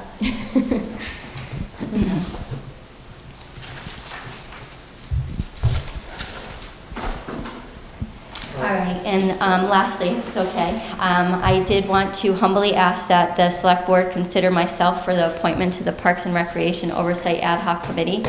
I believe I can be a resource, and I vow to serve with the best interests of the town, its people, and the parks in mind. So I know that's not a decision that you guys will make today, but I just wanted to let you know of my intentions or my wishes moving forward in trying to help make all the parks in town, not just Dufresne Park, but a place where people can go for recreation and games and just enjoy and family. I appreciate you taking that on, just to get the thought of taking it on. There's a lot for anybody that's willing to step up and be on, as you know, be on a committee or be on a board, donate full time to the town. That's great. Thank you. And yes, we would not be making that decision today, but let us talk about it. Thank you. Thanks, Kristen. Alrighty, that ends citizens' participation because Crystal was the only one. So now we have correspondence, Mr. Martin. There's two pieces of correspondence I wanted to talk to the board about. First one, there's a letter, I believe, from Deb Matthews complimenting Jeremy on his efforts in trying to maintain Brown Ellison Park. And I just want to give kudos to him and his crew for the efforts they're putting in to try and keep that park in a semi-usable state. The other one is there's a request from a resident who is asking that Brown Ellison be left open during the wintertime. We do know a lot of people do use it to walk, just to get exercise. Some bring their dogs there to exercise their dogs. However, I have a concern leaving it open in the wintertime due to liability. All we need to do is have someone to slip and fall on ice while the park is open, and we are exposed to major medical expenses if they happen to fall and break a leg or even strain a back or whatever. Our insurance company, I'm sure, would advise not leaving it open. A lot of surrounding communities close their parks for the winter due to the fact of snow and ice and the potential for injury.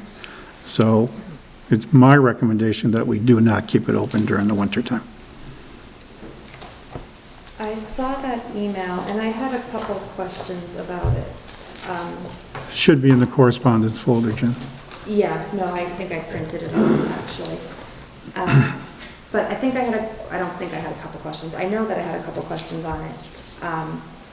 The first being that I believe part of the proposal was making that decision on a case-by-case, day-by-day type basis based on what the weather is, things like that. There it is right there. And my question was liability. Would we be responsible for ensuring that the track was cleared? So if it had snowed 2 weeks ago, but it hadn't been hot enough to melt, would we be responsible for keeping that track cleared? Meaning, would we have to plow, shovel, snow blow, whatsoever? Who are we going to make responsible for Well, inspecting the track to determine whether or not it is in a condition to be used by the public? And I'm not even just talking the track. Well, How are they going to get to the track? The track isn't right there at the street. Well, that was my question. So when I was looking at this email, I read it as if there is no snow, no ice, no, untoward conditions, would we be willing to look at keeping it open and shutting it if the snow comes, if there's an ice storm, if conditions don't necessitate? And the reason that I'm saying this is personally, if we have a cold, dry winter with no snow, I don't see a problem with leaving it open for people to walk the track. If we have a winter with a foot of snow, 2 feet of snow, I can't see spending our resources plowing that driveway, cleaning the track for, the few residents that would use it when those resources would be needed to be used elsewhere. So that's why I was asking, did anybody else read that email like me? Or was I interpreting it wrong? No, I think you were interpreting it right, and I just think when you get into winter months, there's so many different variations as far as, the elements, what can happen, whether, you could just get rain one day and be fine. When you get a cold night, that rain now waters turned to ice. So it goes back to, again, liability and, who do we have inspecting that? Does that person feel comfortable saying, okay, I inspected it, it's okay, and then, I guess to what point do you say it's okay? We'd have to come up with almost like a criteria to It's say a what would be date, okay. yeah. So, When is the closure date on the park? We usually try, I think last year we left it open until almost November because the weather was Nice. good. Normally, we would close it beginning of October. Well, and that's my next question. Can we create a set of parameters, such as we close it at the first snowfall? Or we close it when we've had so many nights of freezing temperatures? Well, I think that's pretty much what we tried to do last year. Yes. Is we waited until the temperatures were below 32 at night, many a times. But I'd like it as a policy from now on, I think, is what I'm looking for. And I think if residents understand that this is the case, we're not going to go by this, we're going to go by this set of criteria. We're not just picking an arbitrary date. I mean, yes, it's going to be arbitrary. Well, the Parks Advisory Committee had set a date for the closure of all our parks. And that was, I think, in early October, if I remember right, normally. Okay, after all the events were done, we shut down the well at, say, Dufresne Park, then we would close all the parks at the same time, Brown, Ellison, and Dufresne's. that was like November 1st or something. And we did that last year because we knew people needed to be outside. Yeah, we're just trying to give them something to do during They the, were closed earlier. yeah. If you want to do something of that nature, it can be done, but, to have to understand that if you're going to say it's after the first snowfall or after we have 2 solid weeks of below 32 degree weather, there's some times in October you get those type of spells too. I understand that, and I also think townspeople need to understand that we can have, let's just say, 2 weeks of below 32, and then we can have a balmy week of 70. We're not Yeah. going to reopen the park. It's not where we're at. Hey, I just mentioned that this year too, in the spring, I wanted to get equipment out there because the lawn was growing really high already. We couldn't even get 20 feet inside the gates because the tires of the trucks were sinking in 6-inch mud. It was so bad because you have the hill off one side for the farmer's field where there's a little bit of runoff, and then you actually have the swales on the other side that are designed to collect the water. And that area just stayed moist It gets for very a month. swampy there. I know. I remember soccer days.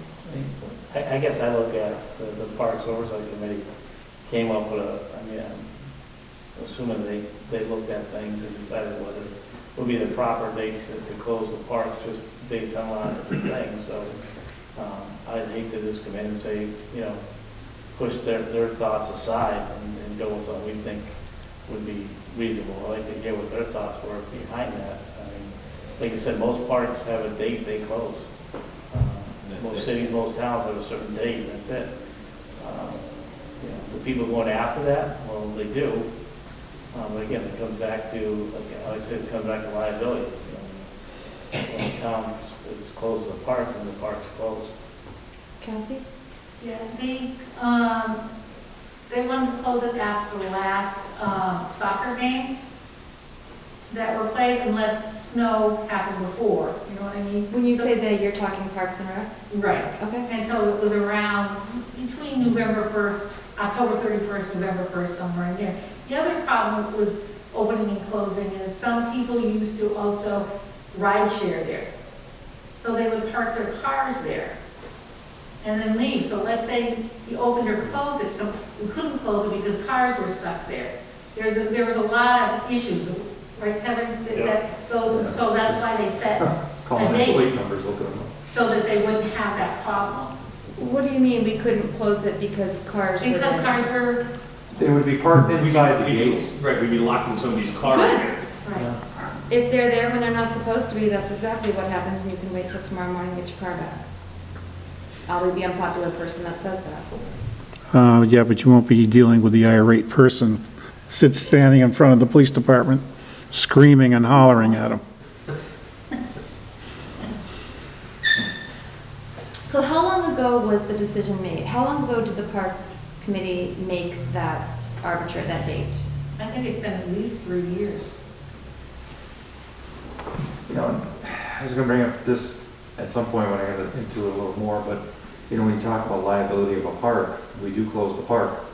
You have residents that have cut their own gates into that park, I know, I'm aware. all along the back of the field. So even when we do close it, private citizens have their own, Entrance. so That's they, the point I make, even though it's closed, it's not really, you know. it's closed, the That's say what it's we- closed, but people still tend to. Because we had that go out last and year use it. where, you know, people were letting people go through the yard. So if we close it, are we absolved of liability? If someone were to go walk the track and get hurt in the middle of, after an ice storm? I don't think so. Well, the thing is we've closed it. We can't stop them from going in there. But at least the insurance company has something to say, is the park was officially closed. If we leave it open, then we're just inviting and saying, okay, yep, anybody can use it whenever they want. And then the insurance company has nothing to go by to deny it. Yeah, I agree. Is all the parks like this, is Dufresne closed at a certain time? Yes. Yes. I mean, Buttery Brook, Buttery closed at a Brook? certain And Taylor time. Street's usually closed off a little bit longer simply because the road is impassable. Yeah, like Taylor Street usually gets closed down first over there because the water comes right down off the side of the hills. Yeah, It yeah. has everything out. Last year, we kept open, once we were able to open it, we kept it open as much as we could. And we even plowed a little bit to try to make it more accessible for residents. Like, see, I get it. I mean, Dufresne's is a big one too, that I can see people cross-country skiing in the back. It's a perfect place for them to do that. And I mean, I don't want to keep playing this COVID card because I'm tired of it. But I don't see this winter being any different from last winter, and I think that our residents are going to need places and things to get outside safely. So if we can collectively, with parks, find a way to make that happen, I think we should try. Can we get Pete, Park and Rec in here? Kathy? And ask them. Thank you. Yep. That would be appreciated. If they can't make it, Kathy, Yep, you just ask them what we're looking for Right. as far as regarding, yep. what their opinions would be as far as keeping the parks open to a certain point in time, and maybe what were the reasons behind closing at a certain time. May not be anybody that can, there now that was part of that decision. Okay. Jen, can I speak to the insurance part of it? Sure. Once you, Just identify yourself, please, George George. Randall, 52 Taylor.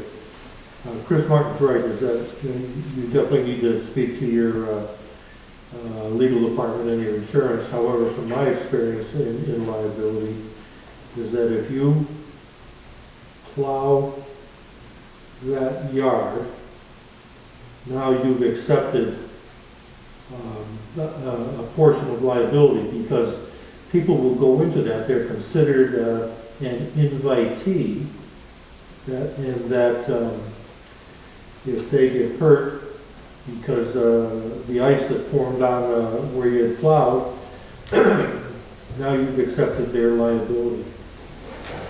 Okay.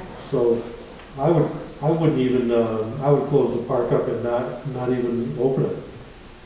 Because once, another example is, a couple of years back, the park, Taylor Street entrance wasn't closed, and we got into springtime, Everybody was in their car, in the back of the lot, doing donuts in the park and getting stuck, and they made a mess that Jeremy ultimately had to repair and clean up. Granted, the people that were in there and doing this damage, had they got hurt, we'd be on the hook for that. I would recommend that you folks close those gates, chain them, and listen to people whine and crap. That would be a lot better than considering them an invitee and allowing them to get hurt. Okay, thank you for that insight. Kathy? The other reason was too, is the fact that that was also usually one of the last things that anybody was getting to. So again, it gives you more liability of something happening because they just have, that's one of the last things they would, Jeremy or anybody would get to, it was not top priority. Yeah, I get it's not high on the priority list for Right. a public building. So again, the gates are open, people are gonna go in there anyways, and they're gonna have a bigger chance of something happening. So I guess we should find out what is the date that they close the parks. We were October 4th, and I know people threw around, some people said October. So I thought it was November 1st, but we should figure that out soon because we're in October. So if we're closing the parks, so. It's September flu, so I don't see October slowing down. Is there any signage that says open April 1st, closed November 1st? No. Nothing to that sort? No, it'll just say hours the park is operation. closed for the season when the gates are closed, that's it. And then. Because if we have a quick or a mild winter, Yeah. you can open them up quicker in the springtime. Instead of saying it's closed from November 1st to April 1st, okay? If we have a mild winter, we can open it back up in March, okay? It's basically a judgment call as we go through it. You know, if you have a real bad winter, you may leave it closed till May 1st, depending upon. Yeah, I understand that part. Is there something that can be put up, does something go up, period, a sign that says no trespassing when the park's closed? And people just tear it down. They'll just tear it down. And that's the problem we have. You attach a sign up, and people just go through and just tear it down. Or they'll spray paint over it. We put signs in at Brown Elson about no parking and things of that nature, and people just spray painted them. You know, that's the issue we have, is no matter what we try and do to put signage up, people don't care, and they just do what they want to do. Yeah, but if we have a sign that says, after this date, it's, you can't be here, it's going to consider trespassing, then they can just grab it. You hate to do that. I mean, Dufresne Park is an awesome place to go in the winter time. And we don't have a problem with people if they want to snowshoe or cross-country ski and things like that. But what happens? People bring their snowmobiles out there. Yeah. That Okay. destroys the trails. You know? Go back what Chris said earlier, and what I made reference to. We close the parks, people will still go in there, people will still use them. However, when it comes to liability, that we said the parks are closed. Yeah. It makes a difference to the insurance company. Look at it and say, no, the park was closed. We closed the park, people shouldn't have been out there, so, you know, people are out there. Signs are posted here at all the town halls, yeah. Makes a difference.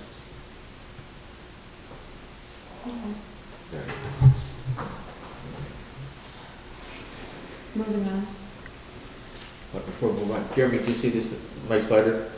I did. Okay, thank you. And I passed it along to my workers. Thank you. We do get beat up a lot more than we get compliments, You so I most share. do. it You as do, well. I know. We like to share as much as we can. We hear the good things because you guys do get beat up a lot for things that aren't true. Chris? There are no Dufresne Park rentals, so, None? no.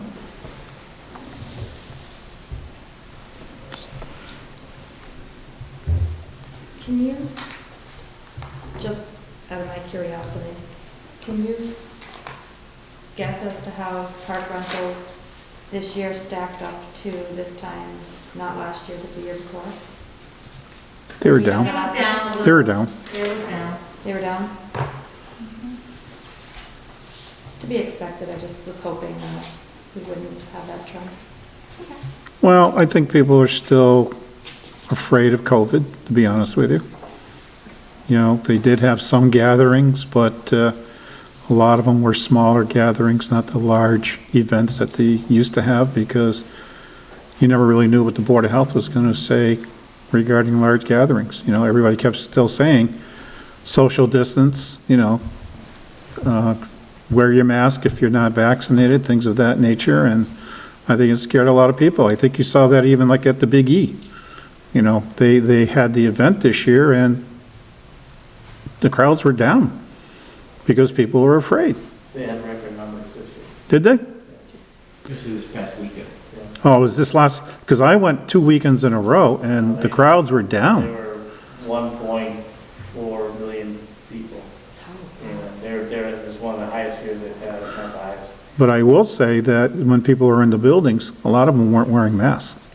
Well, I think too, with our rentals too, I mean, someone's trying to rent something a month, 2 months out, you really didn't know what the restrictions were gonna be, so it's hard to kind of plan Yeah. something when you, so people just kind of took the safe and easier way out, but they can, you know, assure themselves that they could do something instead of planning on a certain venue and then find out that venue's not, you know. And a lot of ours is for like graduation parties and things of that nature, so. Actually, we were all happy that Charter Day wasn't happening because I could rent that out every year at that time. It's the busiest time, but because of Charter Day. Graduation parties. Yep, we don't. Okay. You know, and at that point, we were still just coming out of a lot of the restrictions, so, you know. I was hoping it would be at least the same. I didn't expect it to be up, but I was hoping it would be at least. Okay. Did you have anything else for us? Nope. Let's move on to departmental reports. Has everybody had a chance to read them, including the ones Kathy sent today? I have. Read what? Yeah. All right, well, I do indeed. You make a motion that we accept the departmental reports. I'll second the motion. Any discussion? All in favor? Aye. Maintenance warrants, sir. You have 3 warrants in front of you. Warrant number 20, dated 9/24/21, in the amount of $559,452.31. That's a bill paying warrant. Number 21, dated October 1, 2021, in the amount of $417,609.71. That is a payroll warrant. And warrant number 22, dated October 1, 2021, in the amount of $186,777.01, which is a payroll maintenance warrant.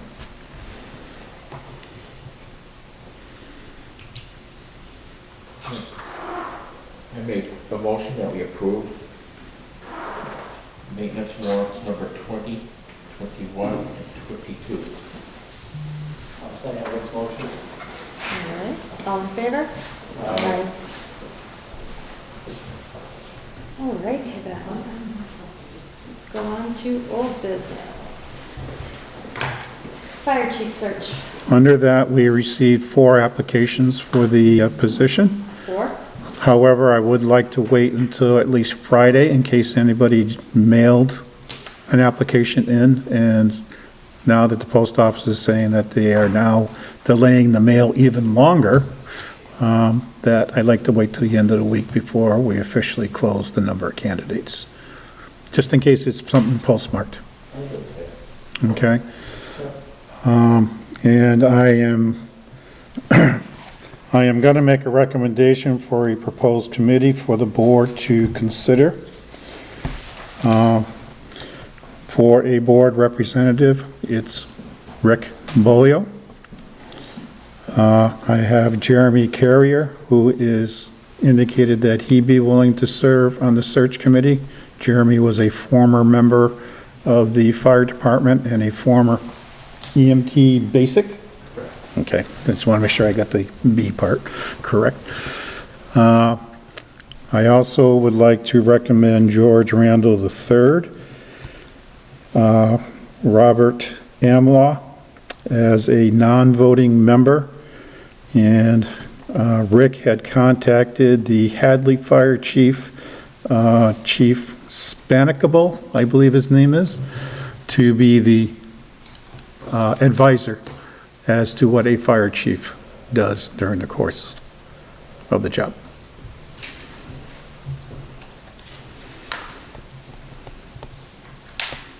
There's five people on the board? Nope, 3 voting members, Three voting members. 1 non-voting member, and then the advisor, like we had the police chief for an advisor, we have a fire chief who's going to be as an advisor to this committee.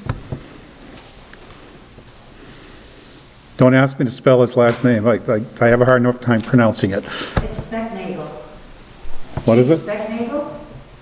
That's how you pronounce it, Chief Specknagel. Oh, okay, then that's how you pronounce it, but How to spell it, that's another question. He will make a great advisor. Huh? He will make a great advisor. He's very active in the fire service and through the Western Mass Forest Wardens Association, and he's an awesome chief. so, but he did indicate to Rick that he'd be willing to assist us in our search. And you got his email, right? Yes, it's in my emails, yes, so.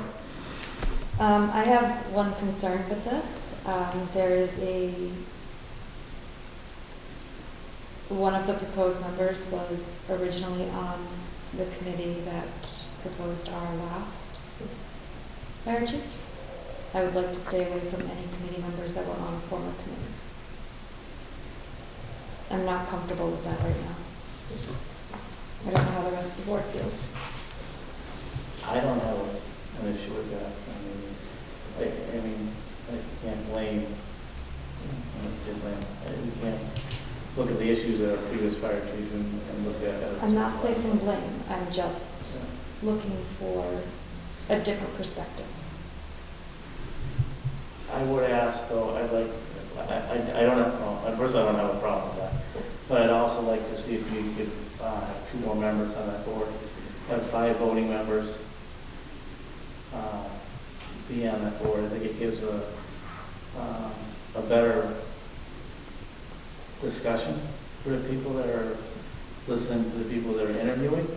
As well, I think you get I think to this board probably a better input from the candidates, but also like the idea is that you're kind of broadening the number of people there, but you're broadening the aspect of people looking at it. So now it's not just 3 people deciding what it is, you have a 5-member committee kind of looking at the group, and it brings it, I think, to me, it's more, you bring more eyes into it, more views to that piece. I know right now you're saying you have really have just a 3-member board voting on it, or committee voting on it, so I'd like to look at adding 2 more to that, and I hope with that, Jen, maybe that would help with your concerns about having a previous committee member on that board. That's my recommendation. Again, I was on the police chief search committee board, and I thought that ran well. The number of people that we had on it, we worked a while, so that's why, one of the reasons why I'm recommending it for fire chief as well. I'm just having a hard time coming up with 2 additional names. There's 1 additional name out there that's coming up with that 5th one that I'm having an issue with trying to find someone. That's all. So maybe we can give it a week or so, or 2 weeks, so we can find an additional member. Maybe we can, the board members, we can reach out to some of the people who really see if anybody's interested in that.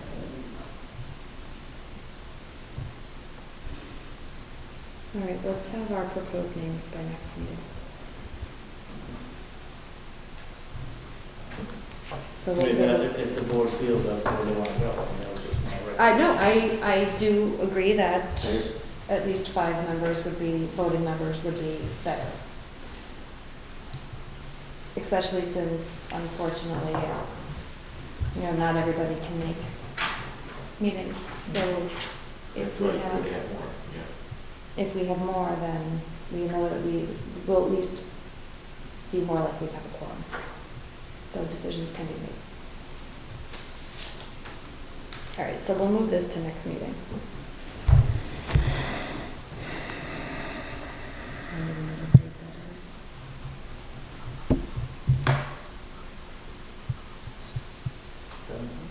Oh, I can't do that now. 18th.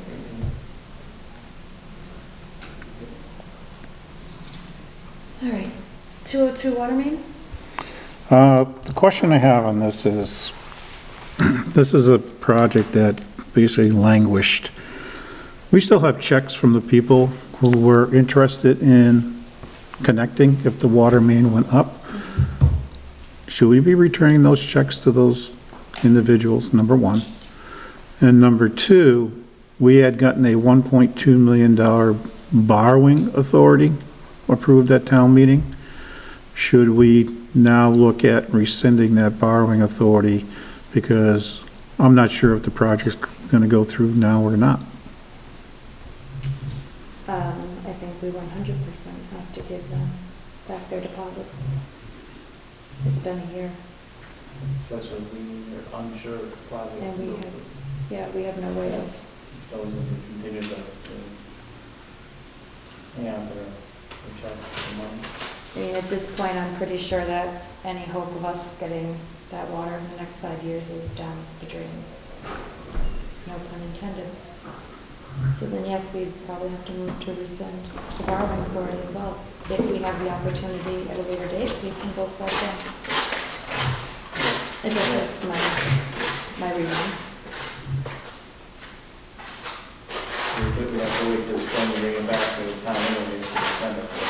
Mhm. Yeah. Right. 6, 7 months. Right. It's dead, the 202 project's dead for 5 years, correct? Yeah. Yes. Yeah, once that new pavement goes down, we can't touch it for 5 years. So there's no sense in keeping that authority on the books. Okay. I agree. So that'll be it, next town meeting.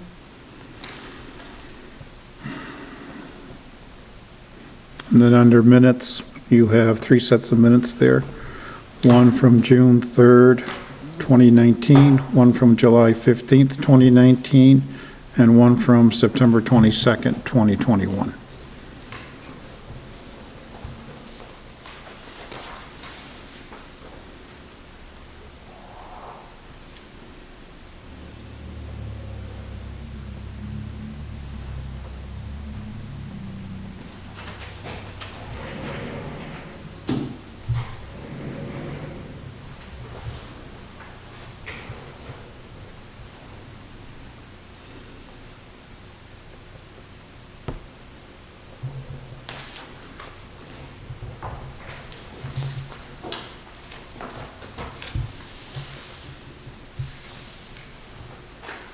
Oh, my first meeting.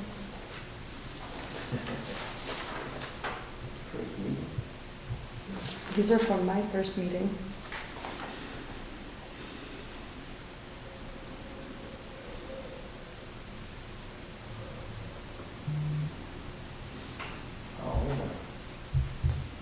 These are from my first meeting. June 3rd, 2019. Yeah, wow.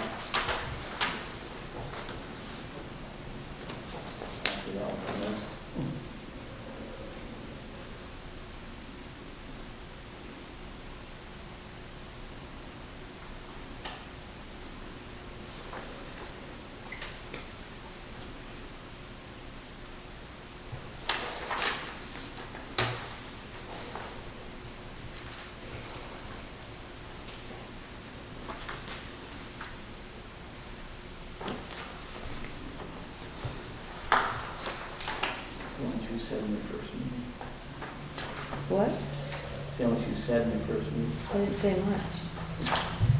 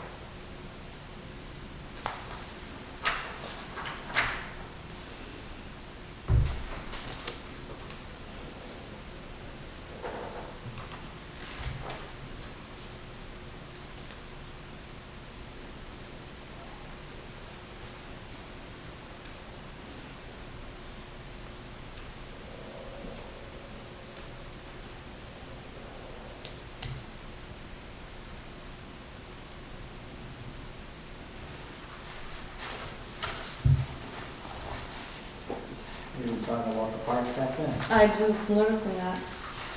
Well, a long discussion about the parks back then.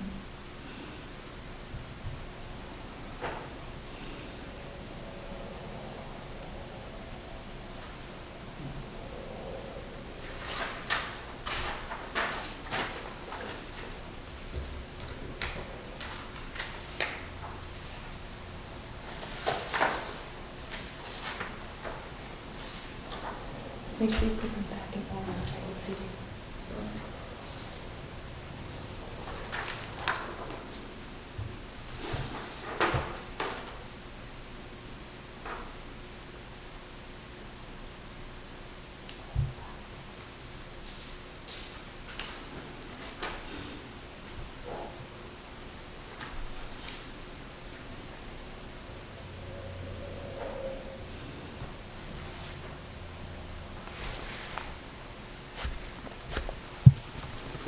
Just saying. June 3rd was a 9:45 night, that's not too bad. You through this year? No, 2019.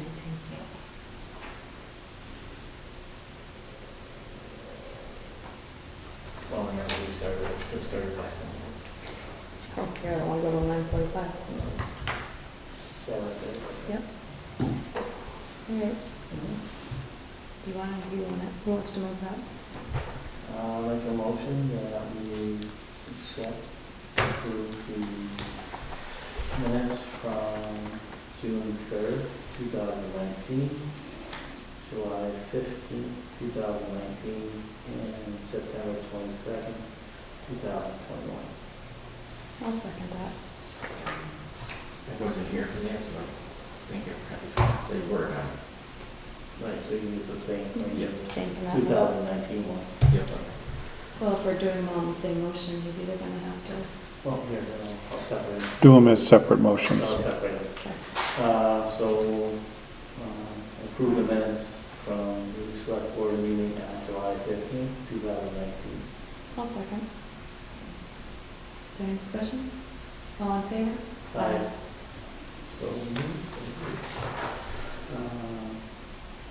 make the motion to approve the select board meeting from June 3rd, 2019. I'll second. All in favor? Aye. Any abstaining? Yes. Okay. And last, make a motion to approve the select board meeting minutes from September 22, 2021. Is there a second? I'll second that. All in favor? Aye.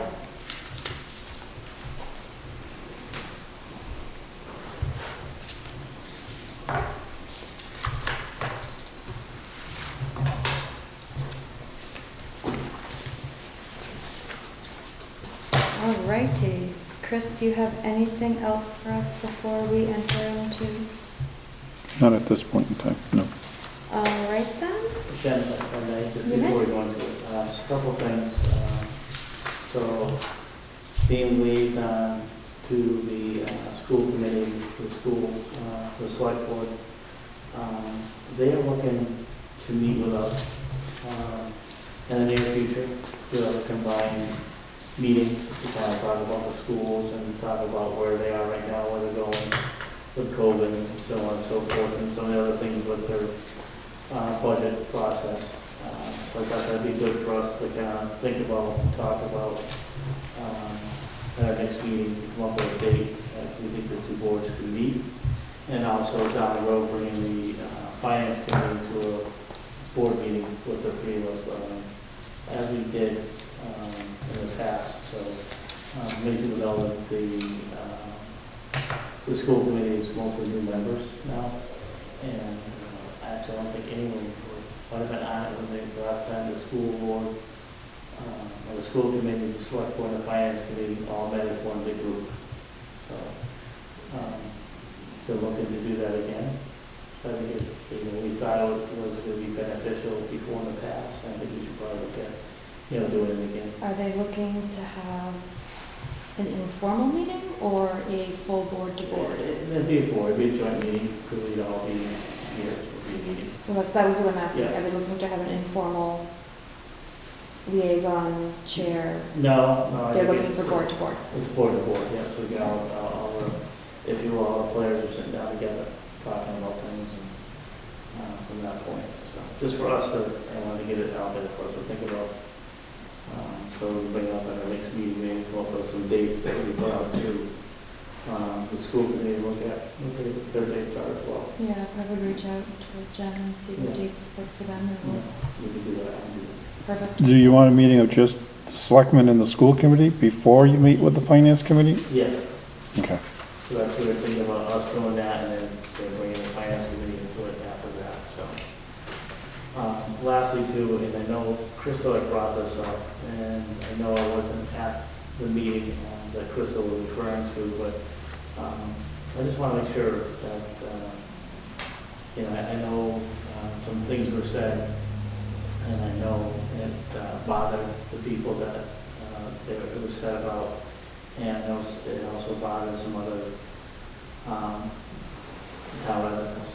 And I think it's important that we look at, especially our board, and what's being said during our meetings that may be considered inappropriate, that we address those issues that come up.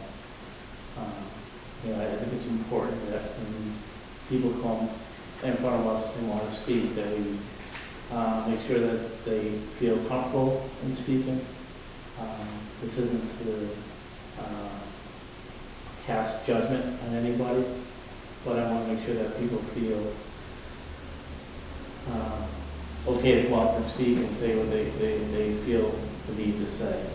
To this board, one reason why we have the opportunity for people to speak to us, but also speak on different matters and different agendas. And also I want to make sure that when we're talking about information that we're, to the best of our knowledge, we are correct and we hear everything. I know what was said at that meeting in regards to Lou Berry and listening to what Crystal has said here. I think there's some concerns there that information may not have been correct or wasn't correct. So I want to make sure that we're doing our part as a board to really look at everyone when it comes to things like that. We'll make sure that anything that comes up, we're making sure that we are addressing it when it comes in front of us. So, and I'm not saying it wasn't. I wasn't here that night. I kind of watched it. I was kind of set back a little bit. I think we're all professionals, and I think we need to remember that when we're conducting ourselves. I think it goes for everybody. I think it goes for all board members, all committee members, town employees. We are someone who represent the public, and the reality is we work for the residents of Granby. So I think it's important that we attain or retain our professionalism at all times, and remember that.